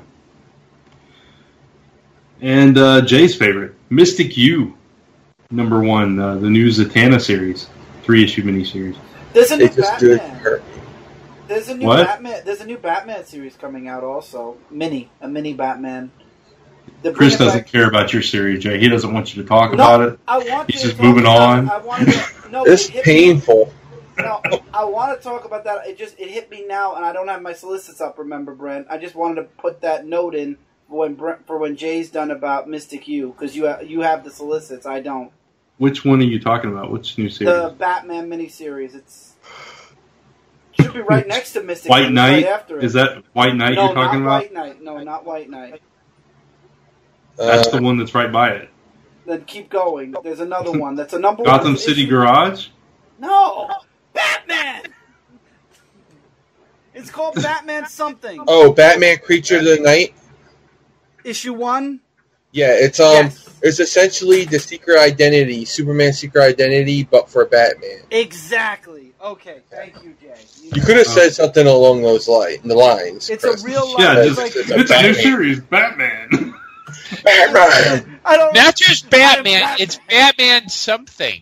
Batman something.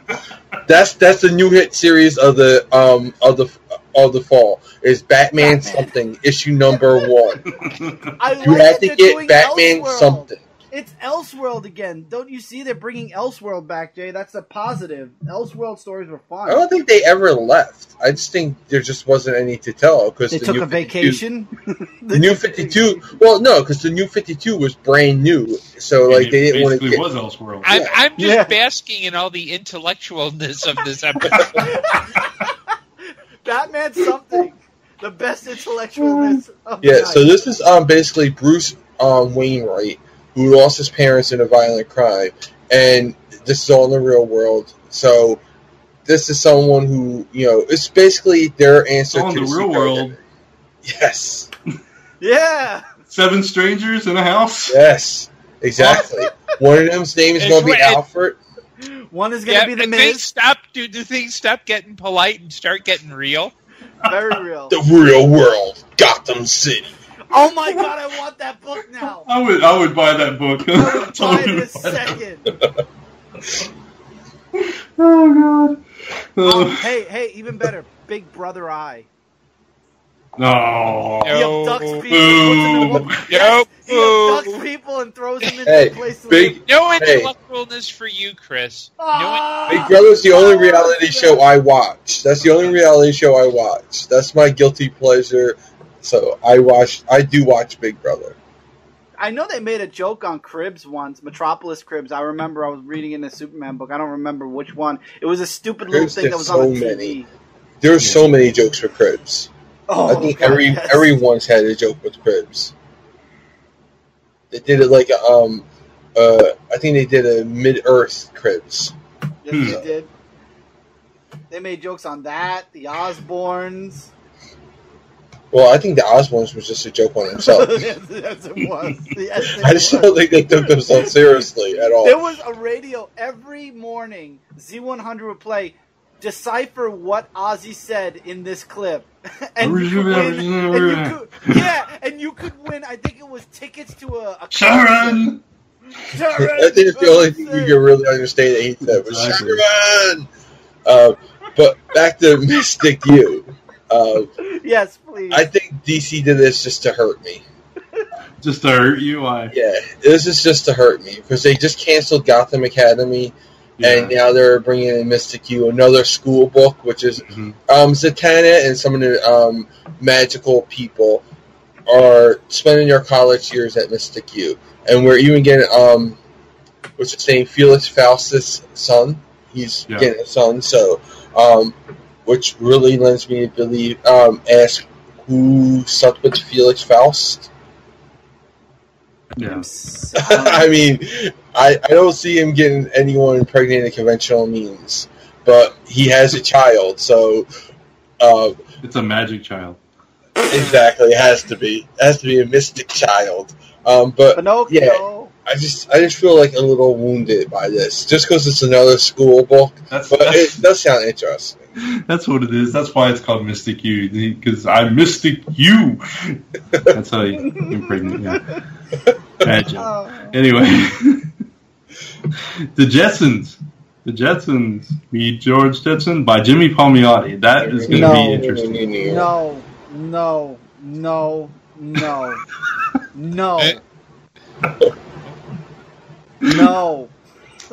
His boy Elroy. That's not what you're going to be reading. Well, I mean, Rosie is now George's mother downloaded into a robotic form. So. No. Which really makes, if you remember the show, Rosie kind of flirted with Mr. J a little bit. Uh-huh. So that makes it really creepy. That takes it to a whole new creep fest. Yeah, no. There's just a whole pile of no. I'm with Chris on this. No. Hell no. I just hope there's no poop humor in here because they have a tendency for that. Jimmy Palmiotti, man. I know. That's what I'm saying. I'm hoping that there's not because we know that they love their bathroom humor. So I'm hoping there's not but they're doing it a little bit different. Like Jane is a brilliant NASA scientist. Judy is the social butterfly. Elroy is either doing homework or using robotic technology to break the rules. And George's mother is downloaded as Rosie, like Brant said. This is the same thinking that brought us the Suicide Squad Banana Splits crossover. I was just thinking that, and I didn't want to say it out loud. No. Yes, I remember the Banana Splits. Man, they ruined the now banana I want a splits. banana split. Oh, now I'm hungry again. Damn it, Brent. He wants to just skip dinner and go right to dessert. Hell yeah. Exactly. What's wrong with that? Which is probably Chris's dinner every night anyway. Absolutely. He just eats the dessert. This is not about what I eat, okay? We don't talk about that. If I eat ice cream for dinner, that's my business. I like ice cream. I'm going to mix it with some Mountain Dew.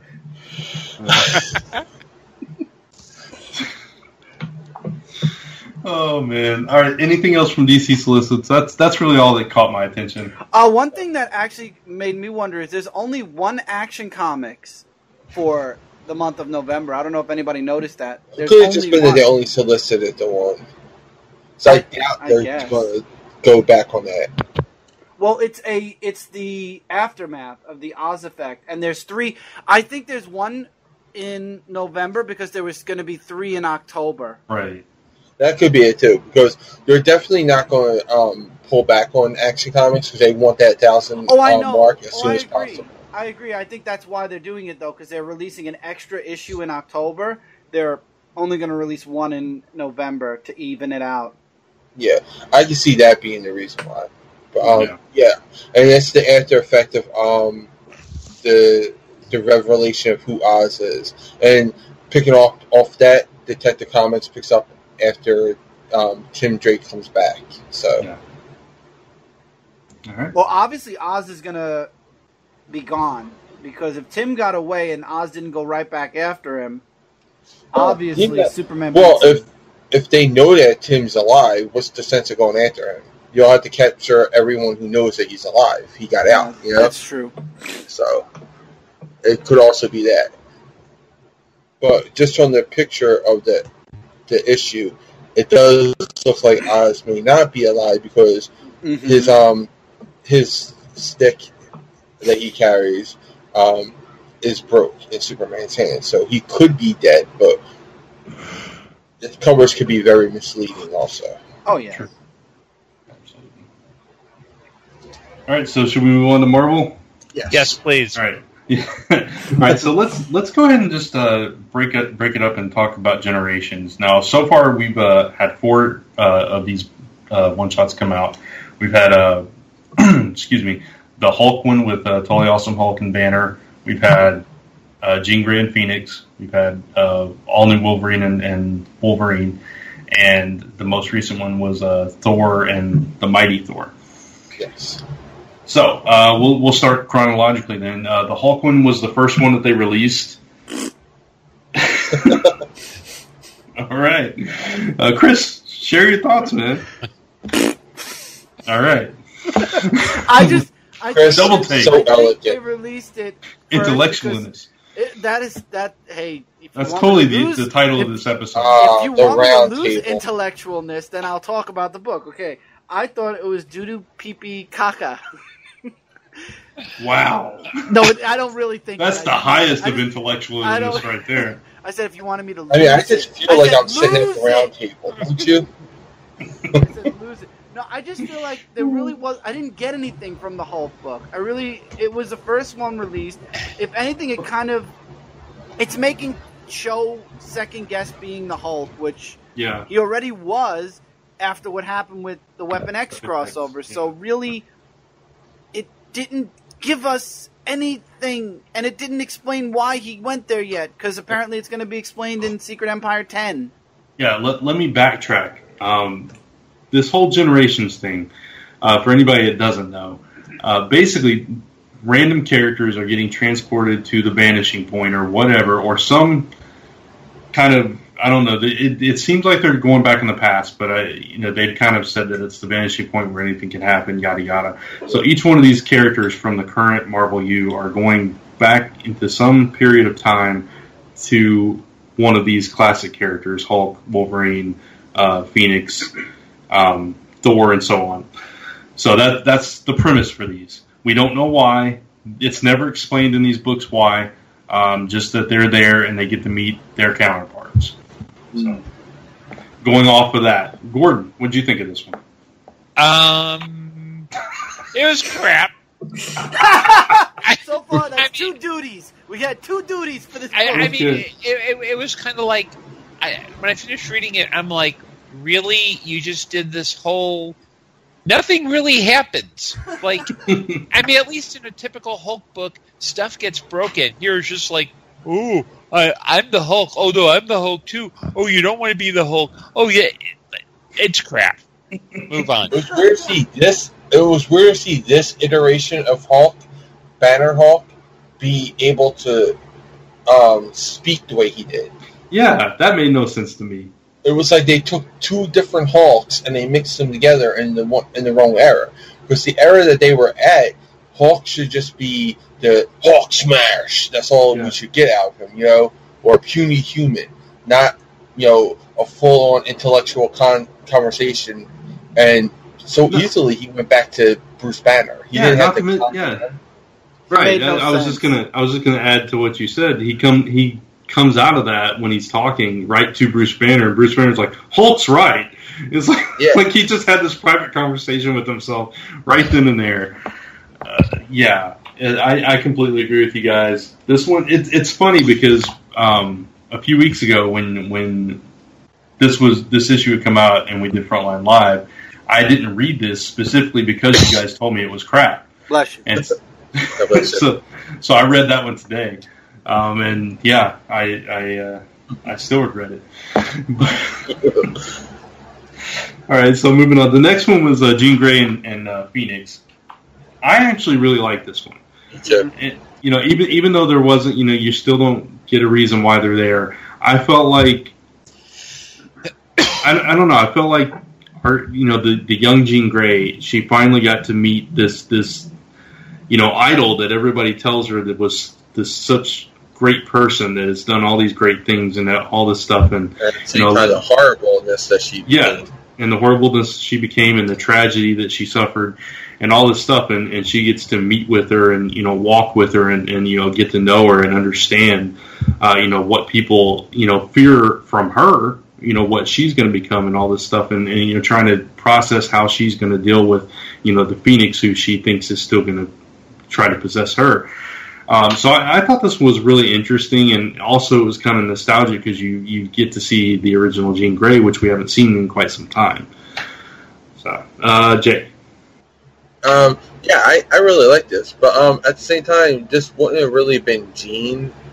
Because I thought about it, like Jean as the Phoenix wasn't really Jean. She was a form that was possessed by Jean, right? She was the Phoenix. Jean was still buried underneath the Hudson, and then she was found.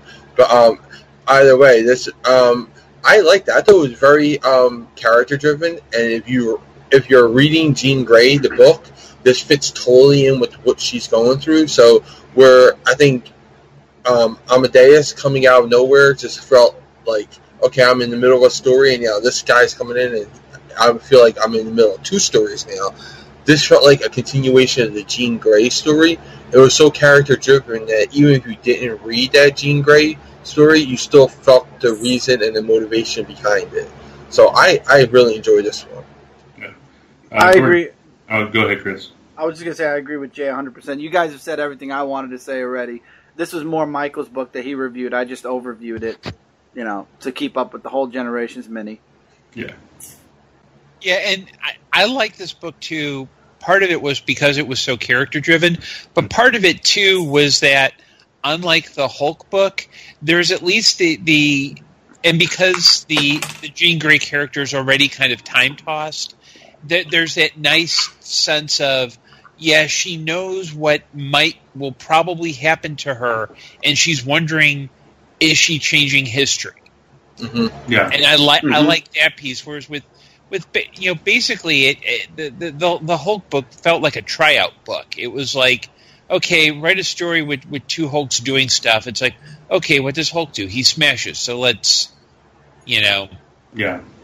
What's the most cliche thing we can think of the Hulk? Thunderbolt Ross going after him. So it was like, it wasn't that much thought or character-driven story as Jean Grey was. Yeah, I agree. Definitely. All right. Which kind of fits because Hulk doesn't have that much intellectualness about him, so it was kind of okay that they dumbed it down. Yeah, it just should have been a better story. Yes. All right, so all new Wolverine and Wolverine. Laura goes back and it. Okay, I know you had an issue with this one, Jay, so I'll go to you first. See, again, it was just a minor little thing. Yeah. All I said was just the way that they introduced her was very clumsy. Because she was like, "Oh yeah, I realized where I was and I came here right away." That I just thought that one little thought was really clumsy, but the book was really well done because we got a lot of good Laura and Logan scenes, especially with the ending. The ending was the selling point of the whole book. that gave you heart to Logan. That gave you heart to Laura. If you ever followed Laura, there's just like a very good emotional conclusion to her story. If we never got another Laura book, that would have been a perfect way to end it, where she got to say what she wanted to say to Logan, something that she never got to say. It was about him being her father, actually calling him dad, and telling him to be a father, him recognizing in that this is my daughter because that's my mother's eyes I'm looking at, and him realizing, you know what, I really screwed you up, didn't I? Like, he didn't even have to be told that, he just knows it by seeing her. And right. I thought there was a lot of great emotional punches in this book. And for Gordon, who doesn't know, on the Frontline Live, I got jumped on really bad by one of our co-hosts, Kat. She jumped on me because I said the very beginning was reminding me of the Hulk. She's like, no! Like, she I didn't ate get him past up. that. It was like, I got yelled at for like 20 minutes after that. But it was just because I was saying that she came out of nowhere and was like no real connection to the story in the very beginning, because all she said was like, oh, I'm here, and I figured this is where you would be, and I just thought that was like a very weak jumping on point. But after that, it was all great for me. So you got to understand with Kat, Gordon, that if she really loves a book and nobody else, you have to, and she doesn't hear any of your picks anymore. It's like your number one is my number one is. Yes. So. Gordon hasn't been on Frontline Live in a while. He should experience it once in a while to see what we are talking about. Yeah, you know what? Let me know when you've got a slot available, and I'll set up my camera, and we'll do Frontline Live. I'll pop in. That would be great. Awesome. Yeah, absolutely. Oh, definitely. All right, so Gordon, what did you think of this book?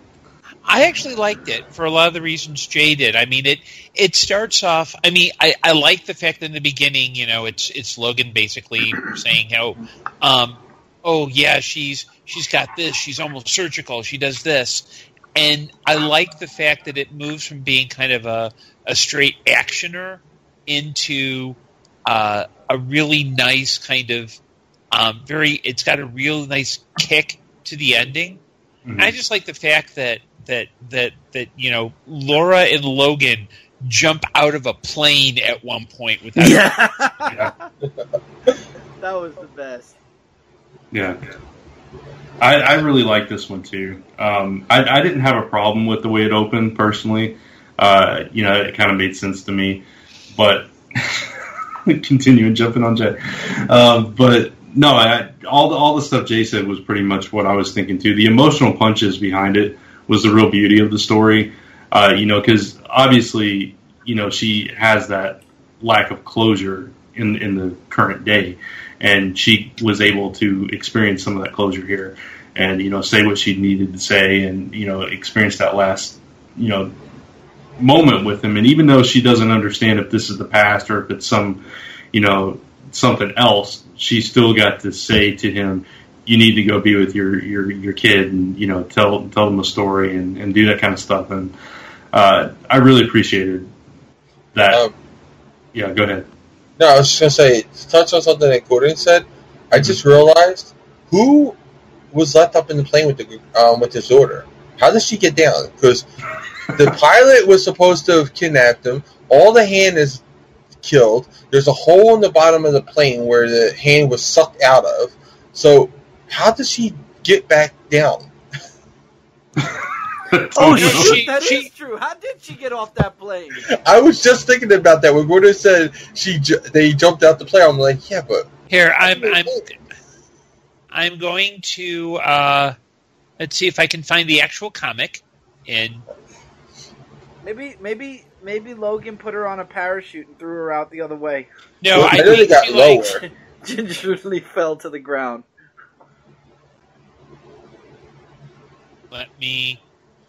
I know they got lower because one of them said something about get the plane lower.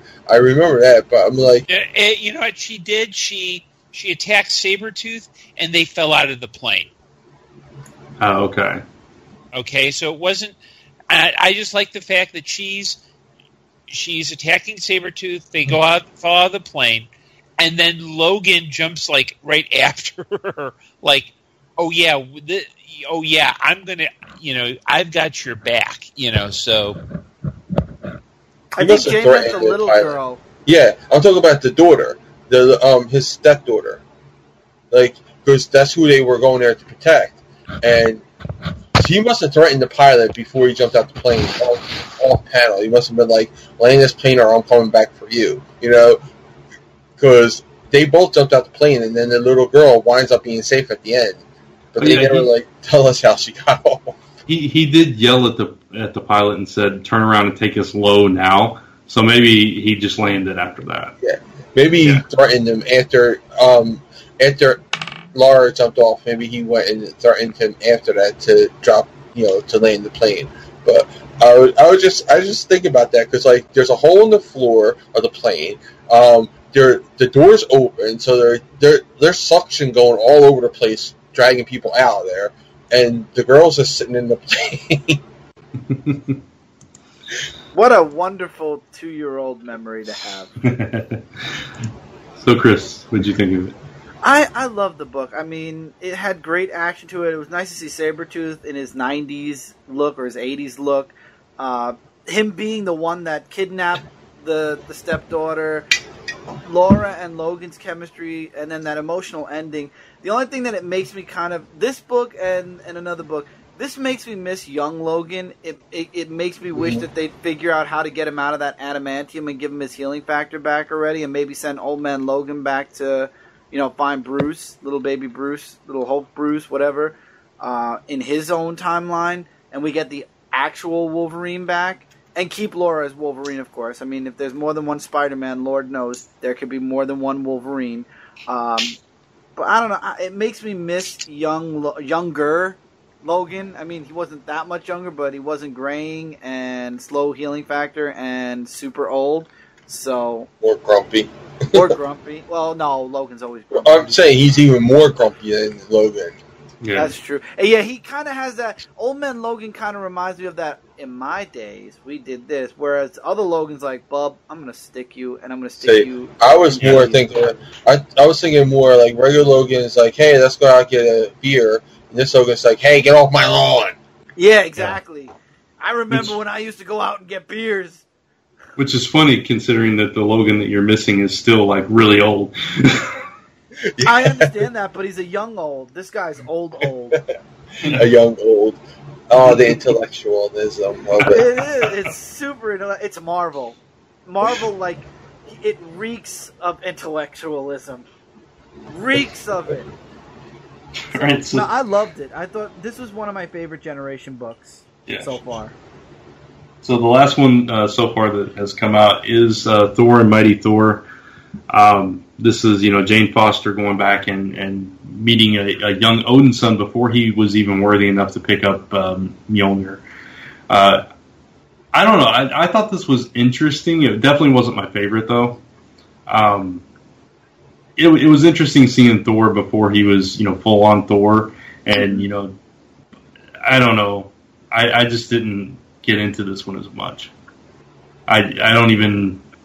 I can't even put into words how I feel about this. It was kind of mediocre. I'm hearing an echo. Yeah, there was a little. Me too. I heard a little one too. Yeah, But it was just your classic, meat drinking, goat riding, fighting with the Vikings story. It reminded me of the Jason Aaron one where they jump from the past to the present to the future kind of deal. A little bit. Yeah, but not quite as slow and methodical as that was. Right. That one was really dragged out. No, that was dragged out, but we were in the past. I thought it was like you, I agree. It's not my favorite issue. I thought it was a fun issue.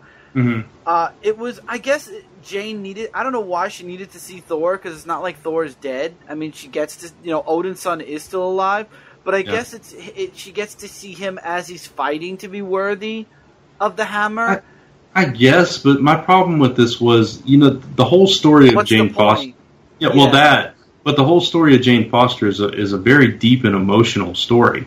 It is. And I didn't get any of that here. And that's kind of the payoff that you should have gotten in a story like this. Right. What I did like was when Thor screams for Asgard, and she goes for Asgardia, he's like, the heck you? And she's like, don't even ask. Just let's keep going.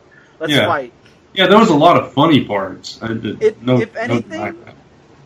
anything, this book just made me realize how much I actually miss Odin's son as Thor. Because right now we have this Thor that's moping around, upset that he's never going to be... See, this Thor was... Well, I think that Thor is gone now, because after Unworthy Thor, I think he changed a little. Yeah, but I mean, you see here that this Thor is fighting to be worthy, whereas the other Thor, Nick Fury, said one thing to him, and he feels like he's defeated, he's done, he's never going to be worthy, he gave up. He kind of threw up like a sore spot to him, because Gore said that, no god is worthy of worship, and that, like, when Nick Fury said it, who knows all at the time, he was like that. That really, I think, hit him hard. So, but with Jane, I kind of liked it. It wasn't like my favorite or anything out of them so far. I think Wolverine was probably my favorite one out of them, and Phoenix. But Jane, I think, had a good one, because if you're following her story, she's debating right now: should I stay as a goddess and stay alive? Because as she goes back to human, she's got cancer, and every time she uses the hammer, whatever chemo she goes through, it heals. It takes it out of her system, because it sees it as a foreign object. It doesn't see the cancer as a foreign object. It sees the cure as a foreign object. Right. Yeah, I like this issue too, for precisely that reason. That it was about someone who knew Thor at his prime, who's dealing with issues about being a god. So where does she end up? She sees the guy who she knows later on is going to be worthy, but he needs to prove himself. So it wasn't my favorite of all the four, but I think there is a lot. I think there's a lot more to it than you could. There are at least some little bits that were really cool. Unlike, say, that Hulk book, which was just pure crap. Yeah. So we're pretty much on the same page with it. I just wanted a little bit more from it, I think, is all. Oh, yeah, I think they could have hit the emotional beats. Like, when she said, I'm going to remain a human, that could have been, like, so much stronger, when she... Because that's... Basically, she's saying, I'm going to die, Hit that harder. No, that means she's going to fight the cancer instead of being... No, she can't fight the cancer. If she... Right now... It's gotten to the point where she can't fight it, Chris. I didn't know. Her body has gone through. I didn't know. Yeah, she's at stage 4 now. She cannot go. The treatment is just like basically going to do nothing for her. So she went through the treatment, and as she was going through it, it could have helped her. But she picked up the hammer, and then that was taking away the chemo out of her. So she was going through all that pain and all that suffering, and then picking up the hammer all for nothing, because it was undoing it. And she wouldn't let, for some reason, the people in Asgard heal her, which they could have done, but she said no, because she's mortal. But this is basically her saying, yes, I'm going to die, and being okay with it. Give me a little bit more of that emotional gut punch. I want you to hit me so hard in the stomach that I double over with that emotion, because she's sentencing herself to death right there. So give me that punch. But I do like the fact that she saw Thor giving everything he can for the Guardians, the Vikings, and that inspired her to stay human, to keep that humanity within her. But again, they should have hit you harder with the emotional. Yeah. I did like the ending, though, with Allfather and Phoenix, that they had a thing at one time when he was the Thor. That was pure promotional for Avengers. For Legacy. Absolutely. Yeah. They put that box and it said, read more in Legacy number 1. They're both members of Avengers 1 million BC, so that's pure promotional for that. That was... I don't even think that had to be in this book, but they just wanted the advertisement for that. And my favorite part, though, it's a little stupid part, but Thor taking the nose off the Sphinx, I thought that was pretty funny. Oh, That was funny. I thought that was funny. I just thought it was like something funny as like, you know, a nod to why the Sphinx doesn't have a nose. Yeah, exactly.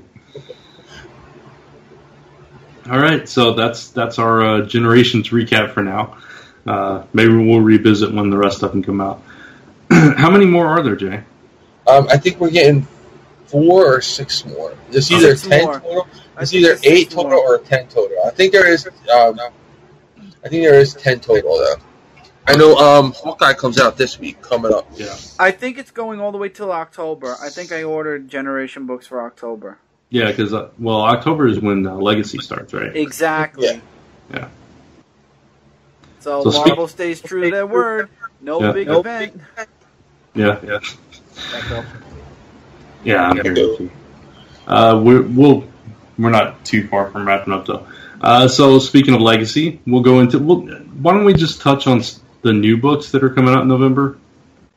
Okay. And so we'll keep it a little bit shorter. Captain America, for one, is Steve Rogers back. Home of the Brave Part 1. Mark Waid and Chris Samney start their run. I think we all talked about it last episode that we were all excited about this team on the book. So not a whole lot to say about that one beyond that what we said before. Right. Yeah. We got Sinister Six Reborn and Spider-Man. Nope. I like the lineup because you get a little bit of the classic ones. Then you also get those the newbies like Bombshell, who's supposed to be Miles' friend right now. Yeah. And then you get the new Electro, the female one, and you get this mystery Iron Spider, in the black costume instead of red. It's going to be the older Miles. Really cool. It's going to be the I think it's going to be him too, but yeah, it's still cool. I mean, because it's a nice familiar twist on, and he's kind of like the Doc Ock of the group because he has those robotic legs in the back, so he's kind of like the Doc Ock of this Sinister Six. So I like the lineup. And then you got the Black Hole, or Spot, I think his name is. Spot, yeah. I like that Mark Waid made that character relevant in the Daredevil. In his I was Daredevil going to say that. Yeah, because I thought the way he used him there was really cool, and we've seen him be a formidable presence in a few books since then. Which to look at him, it's like the Spot. Really, it seems kind of lame, but it's actually kind of neat.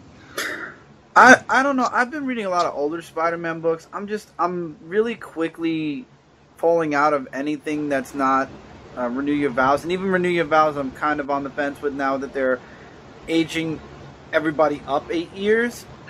Yeah, well, speaking of, 8 years later, Part 1. Exactly. I don't know. I hate to be the kind of person that says, I want Spider-Man to be back the way he was. I just don't feel like I'm getting any interesting stuff out of, especially Amazing at least. I mean, Peter Parker, we'll see where Kingpin goes. That book so far, I'm enjoying it. Yeah, exactly. I'm enjoying that. I'm not enjoying Amazing at all. I dropped Spider-Man because I don't like the way Miles is going. Scarlet Spider, I don't know. I feel like that's a roller coaster ride. Some issues I like, and then other issues are kind of like a downward slope. But I want to like Ben Reilly at least. And Peter Parker is like the only one that I'm really, truly enjoying from the main Marvel Universe. Renew Your Vows I'm enjoying, but now, you just said 8 years later. So now the Marvel's kind of pushing away from Spider-Man and Mary Jane having a little girl and bringing us into Spider-Girl territory, but it's not Spider-Girl, but Pete's still Spider-Man and Mary Jane is still Spinnerette. It's basically Spider-Girl. It's just in a different reality. Exactly. And, I was just going to say, like, looking at the cover, you got 2 redheads with the guy, who we all know has brown hair, because how many times has Spider-Man's mask been ripped and a little tuft of hair has been out? Right. So, how many families do you know that are 2 redheads and a brown hair husband? Like, there you go. You think, like, someone... The Marvel Universe has all these geniuses around, and no one can figure out that, that's Peter Parker and his wife, especially Mary Jane's body, who's, she's in a skin-tight costume, and she's done, like, swimsuit ads and all that. So you think, like, someone doesn't recognize the curves of our body and says, like, oh, I know that redhead anywhere? Like, they just have a little domino mask. Like, at least put on full face mask, on you. Agreed. Yeah, I agree. That's why I'm falling out. I mean, Spider-Man isn't the cornerstone of my comic collecting. It's Superman. So I guess for me, it's easier to say, hey, I'll just drop everything Spider-Man for a couple of years like I did right before I started Dark Avenger, my Dark Avenger reviews. Before that, I think I spent 5-6 years not reading Spider-Man, and then I came back into it, and it was like, okay, this big time. I came back. Spider-Man is still a cornerstone, though, comic though. So it's like, even I am a Superman fan first and foremost, and my favorite Marvel character is Captain America. Spider-Man is right up there. I can't not have Spider-Man reading him because I grew up with him. I grew up with Spider-Man and His Amazing Friends and the 1960s reruns where they used the same exact thing over and over again, where he's sort of swinging through the city. Yeah. So for me, I don't feel like the comic is his cornerstone, but it did play a huge role, of course, when I was younger. Maximum Carnage, Venom. I mean, that it played a role when I was younger. But for me, it's like I could catch it digitally. I could catch it somewhere else, casually read it just to see what's going on and stay up to date. But as far as reviewing or really taking super seriously and collecting, I don't know how I feel anymore about it. And since you mentioned Ben Reilly, I'm all for the Slingers coming there. I like the Slingers. I know a lot of people don't know who they even are, but I like them. I liked it when Spider-Man had the 4 identities, and then he passed on the identities to people. So I'm all for that to come back. I'm not sure how I felt about any of that stuff, but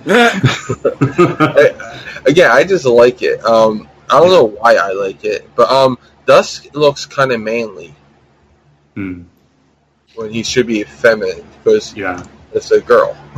Right. No, I'll read it because I'm a Spider-Man fan. I'm a huge Spider-Man fan, and I read all the main Spidey titles. But I want to like them. I'm like you, Chris. I want to like them better than I do. I wish they were better. But I don't know. Gordon, are you reading the Spider-Man titles? No. Okay. So there. No. What does everybody think about Punisher War Machine? Michael loves it. Michael's looking forward to it. He's going nuts over it. I actually think it's a pretty neat idea. It fits. It makes sense to me. I don't mind it. I'm surprised it didn't happen sooner. Yeah. It totally seems like a 90s thing to do. I just want them to really utilize it. If he just has it for one issue or something, I'll be highly disappointed. And he better really make that name his. I don't want them doing this is 3 issues and he's done. Yeah. I want to see something come out of this. Maybe only have a face off for him using Rhodey's name. How dare you use my friend's name? Because we know Tony will be back soon. Mm-hmm. Right. Gordon? I'm not following this. I'm not. Yeah, Punisher's never my thing. So okay, fair enough. She-Hulk. Jen Walters must die. Moving it to digital as of this issue. See, now I think this is far more interesting than what we've been getting. Oh no, I know, but it's really more of just a continuation with a retitle. It is. But still, I'm kind of interested in it because I enjoyed when they launched the series with Jen Walters, and then it just got dumb. I think the current story arc is just dumb. I don't like it at all. But this actually has my attention because you bring back the leader who is a classic cult villain, and I don't know. It sounds interesting. Let me reiterate real quick because I don't want to get the wrong idea. When I say moving to digital, that means I am still interested. Physical means I'm interested and I want to collect it and have a physical collection of it. Dropping it completely means I'm not interested at all and I will not be reading the book. I just wanted to confirm with listeners also that I am still reading it. I'm just moving it to my digital pile instead of physically collecting it. Okay. Yeah, it's an interesting book, so I'm going to keep reading until it gets until either it really stinks or it gets canceled. Do you like the current art, Gordon? It's okay. Now it's not quite to my taste, but it's acceptable. Yeah, gotcha. Jay. Yeah, I like the current book, and I like the fact that they're moving it to She-Hulk. I want more classic She-Hulkness, though, where we see... I want to see her as She-Hulk, in her bombastic gloriness, not that gray, scarred look. Exactly. It's good for an arc, but, come on, heal her. Get her over it. And I want to also see her more balanced as Jen Walters, too. So I think that's something that the book does right, is giving us Jen again, because we don't really get Jen. She's always been, She-Hulk in that form. So I hope this can balance the two sides of it, where we get big, bad Green, and then we get, lawyer Jen. So I would like the balance of both. Gotcha. All right, so I fell off this book a while back, so I don't know what's currently going on, but Doctor Strange, Loki, Sorcerer Supreme Part 1. So, somehow Loki is now the Sorcerer Supreme. I think it's just going to come out of Secret Empire because, he traded off his brownstone, so... Oh, that's right. With those people, I think Loki gets it from them, or maybe Loki is them, because Loki can disguise himself. Yeah, I forgot all about that. I don't know how I feel about that. Yeah. The answer is no. Covers look really cool, though. Yeah, the covers look cool, and that series started off pretty strong, and then I don't know, I just lost interest in it somewhere along the way. All right. I think because Last Days of Magic draw going way too long. I think. Yeah, maybe that was what it was. That's about the time that I kind of lost interest. So, yeah, probably. Mm-hmm. All right, Moon Knight. Gordon, you mentioned Moon Knight earlier.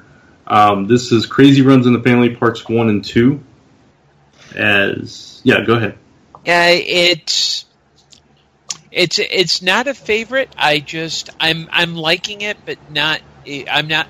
I mean, I love Moon Knight because he is such a bug nuts crazy character. Mm-hmm. For some reason, this just isn't quite gelling, but it may just be. I don't think it's the book. I think it might just be me. Gotcha.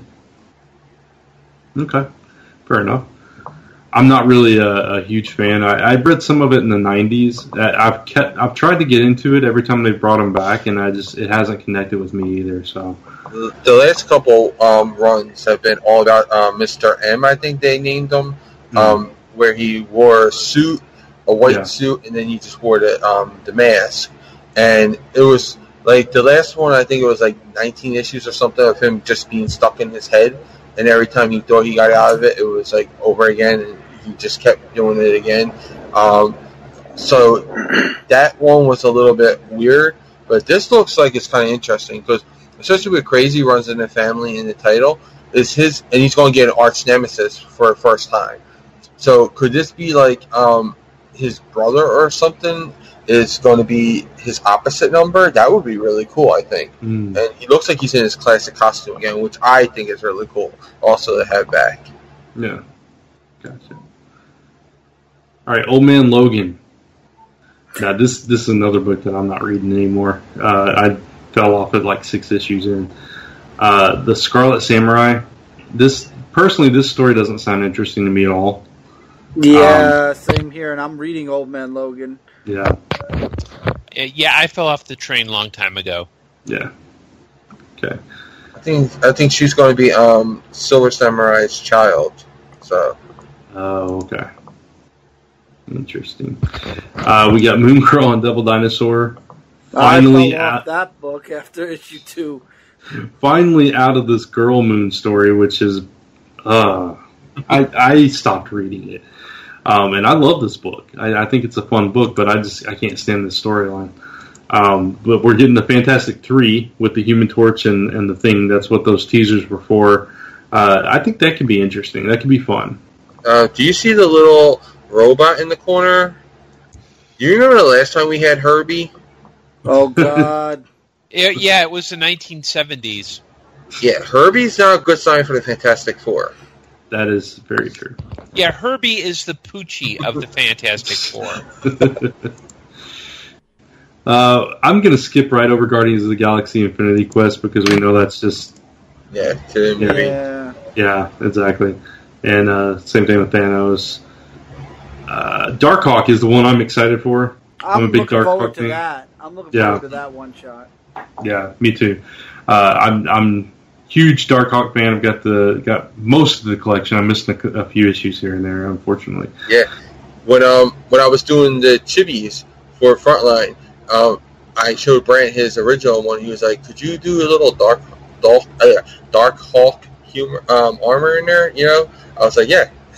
So. Yeah. That's why Brant's, because it was, I think, more Nova-esque. Yeah. Brant was like, "Could you make it a little bit Darkhawk?" I was like, "Sure." Yeah, exactly. Yeah, I was just, that was one of my favorite books back in the day, and even if it's just a one shot, which I wish it was more than that, but I'm all for it. I just want to propose this to everyone because we have a couple of these one shots coming out. Do we really need a legacy number for a one shot? Like, no. Does this need to be Darkhawk number 51 or not Brand Act? We don't even need that at all. I don't really know why that one. Yeah. Power Pack 63 and Master Kung Fu number 126. Like, do we really need these as legacy numbers? Like, there's no point to have a one-shot as a legacy number. If it was something that was an ongoing, fine, do it. But I just do not see it. This will be hilarious for a collection. You have all the old Darkhawk books, and then you stick 51 at the end of the collection, and it's like, what? The only reason that I could see for doing that is to test the waters and see if people want more. And kind of gauge what sells, and then kind of continue it on without missing a step. If that's their idea, that's their plan. But if it is just as a one shot, I agree. I think it should have just been either they could have thrown these all in one big book and just said, these are some extras, or I would agree with that statement, except for one of these books is called Not Brand Ek. Yeah. Yeah, it's the old 1960s humor book. Yeah. I think I'm wondering if someone at Marvel lost a bet with Dan Didio. Because this would be, if not Brandek or DC book, this would be the kind of thing that Didio would be all over reviving, And while we're about revivals, Dan, revive the Inferior Five, please. I will write that book for free. Awesome. All right, so that's really all the standouts for the new stuff. Is there anything in the solicits anybody wanted to talk about real quick? If not, we'll just move on. Champion's cover looks cool, but the story, we're probably not going to get anything cool out of it. Yeah. And we had the Hulk. I'm sorry. We still have the Incredible Hulk Return to the Planet Hulk Part 2. Yeah, I am excited for that. I'm looking forward to the lenticular covers. Hopefully they aren't sold out. They are cover price. It has been confirmed. How about anybody have an opinion on the relationship between the Falcon and the All New Patriot? Because that's going to be it's going to be a buddy book, and it's going to be him and basically Sam's going to be mentoring the All New Patriot. Do we know who the Patriot is yet? Yeah, he's that new guy. He's the new guy. Oh, okay. That's he's the one who delivered. What's his name? The flash drive. Yeah, from Rick Jones. Yeah. Yeah, Rick Jones. That's actually kind of interesting. I didn't realize that's who it was. Yeah, I kind of like that. That could work. That's because the art's so inconsistent with him. Yeah. Yeah, they changed the artwork halfway through the series. Yeah.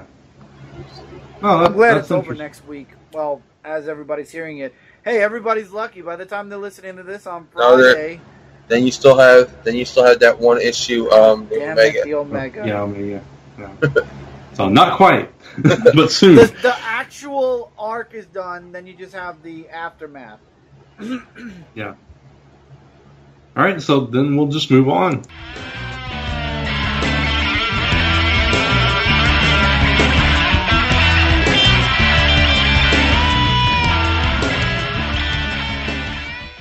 And this is the part of the show where we talk about what's coming out, and going on. Gordon, we'll start with you.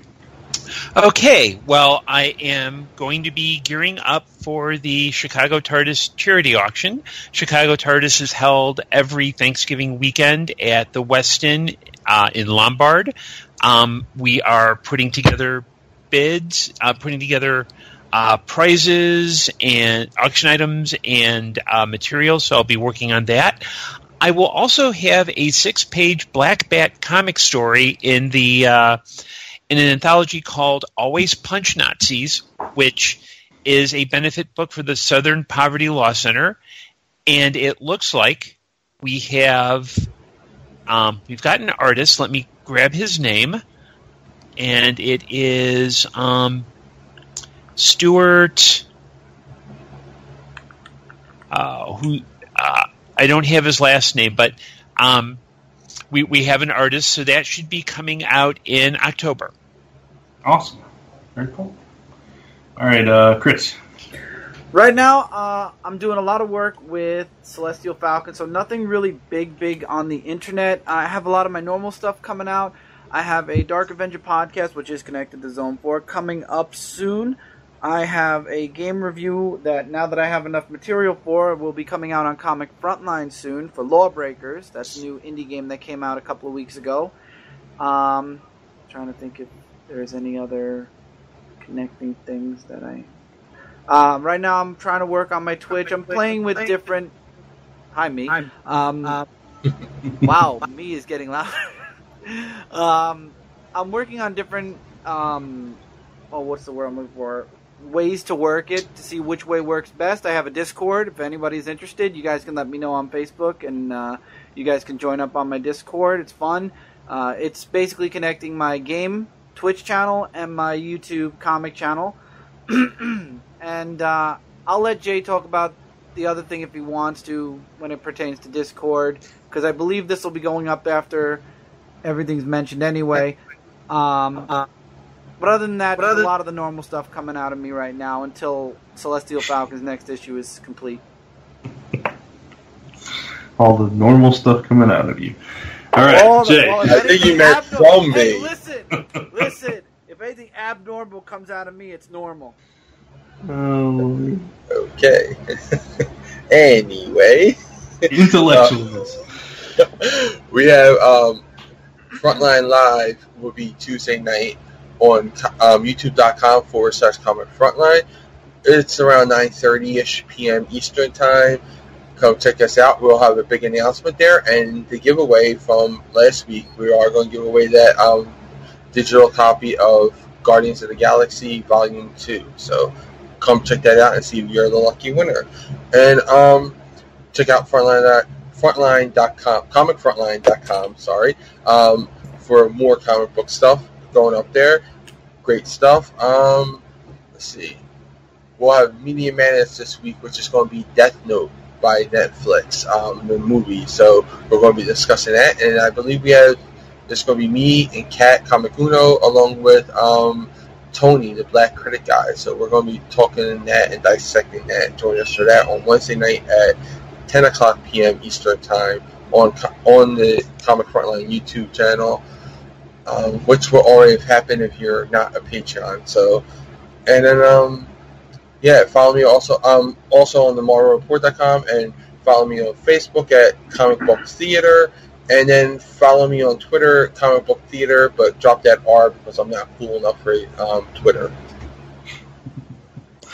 All right. So first of all, if you are a patron and you have access to this Monday, so thank you.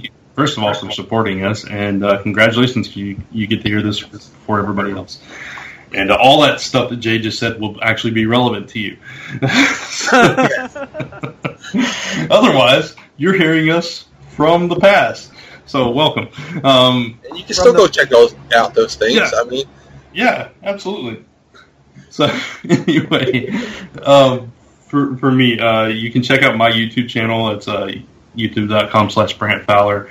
I do a weekly series on Mondays called Monday Musings, where I just talk about random thoughts on my brain in under 4 minutes. So go check it out. I've been doing it for quite a while now. Wow, that was loud. Intellectualness will be part of the next episode, 2-1. You can also check me out on lastnumberpress.com. We got lots of cool stuff coming up from that. If you subscribe to our weekly mailing called Around the Fire, you will actually get my comic, The Last Number 0, for free digital copy. So go sign up and read my book and let me know what you think of it. And speaking of The Last Number, if you are a subscriber to that newsletter, you're going to start hearing a lot more about Kickstarter, because we are going to kickstart the first official issue of that series very soon. So stay on the lookout on all our social media for the updates about that. And speaking of Kickstarter, there is a book that I lettered called Piece of Me, abbreviated POM, that as this airs, there will just be a few days left. And we've already reached like our third stretch goal, so it's well beyond funded. This thing is going to happen, so go check it out. It's an interesting comic. Beyond that, just watch my social media at Brant Fowler, Facebook and Twitter, for any updates of any other things that I'm doing, because I can't think of anything else that's going on currently. So, with that, Jay, take us out. Yes, we like to thank the official bands of Zone 4, the Ray Wall Band and Society's play that you hear on the show each episode. We are also proud members of the Comics Podcast Network. You can find us on comicspodcast.com, Comic Frontline, Stitcher, iTunes, and of course, Zone4Podcast.com. If you have any comments, questions, or suggestions for us, send those to Zone4Podcast@gmail.com. And as always, thanks for listening. You are now leaving Zone 4. Intellectualness. Zone 4, you just got smarter. And sexier. No, that's safe for just us. Oh, okay. Yeah. Bye, everybody. We bring the sexy. You get smarter. You bring the bacon. Yeah, we bring the sexy. You bring Sexy the bacon? Do you got sexy bacon? Hey, I'll take We that. can make that happen. Rock'em sock'em. And then sexy in bacon. return, you get a little bit smarter. Rock'em sock'em sexy bacon. Say that 20 times fast. This is only a test for the X-Men. This has been a Gonzo Goose production. Honk!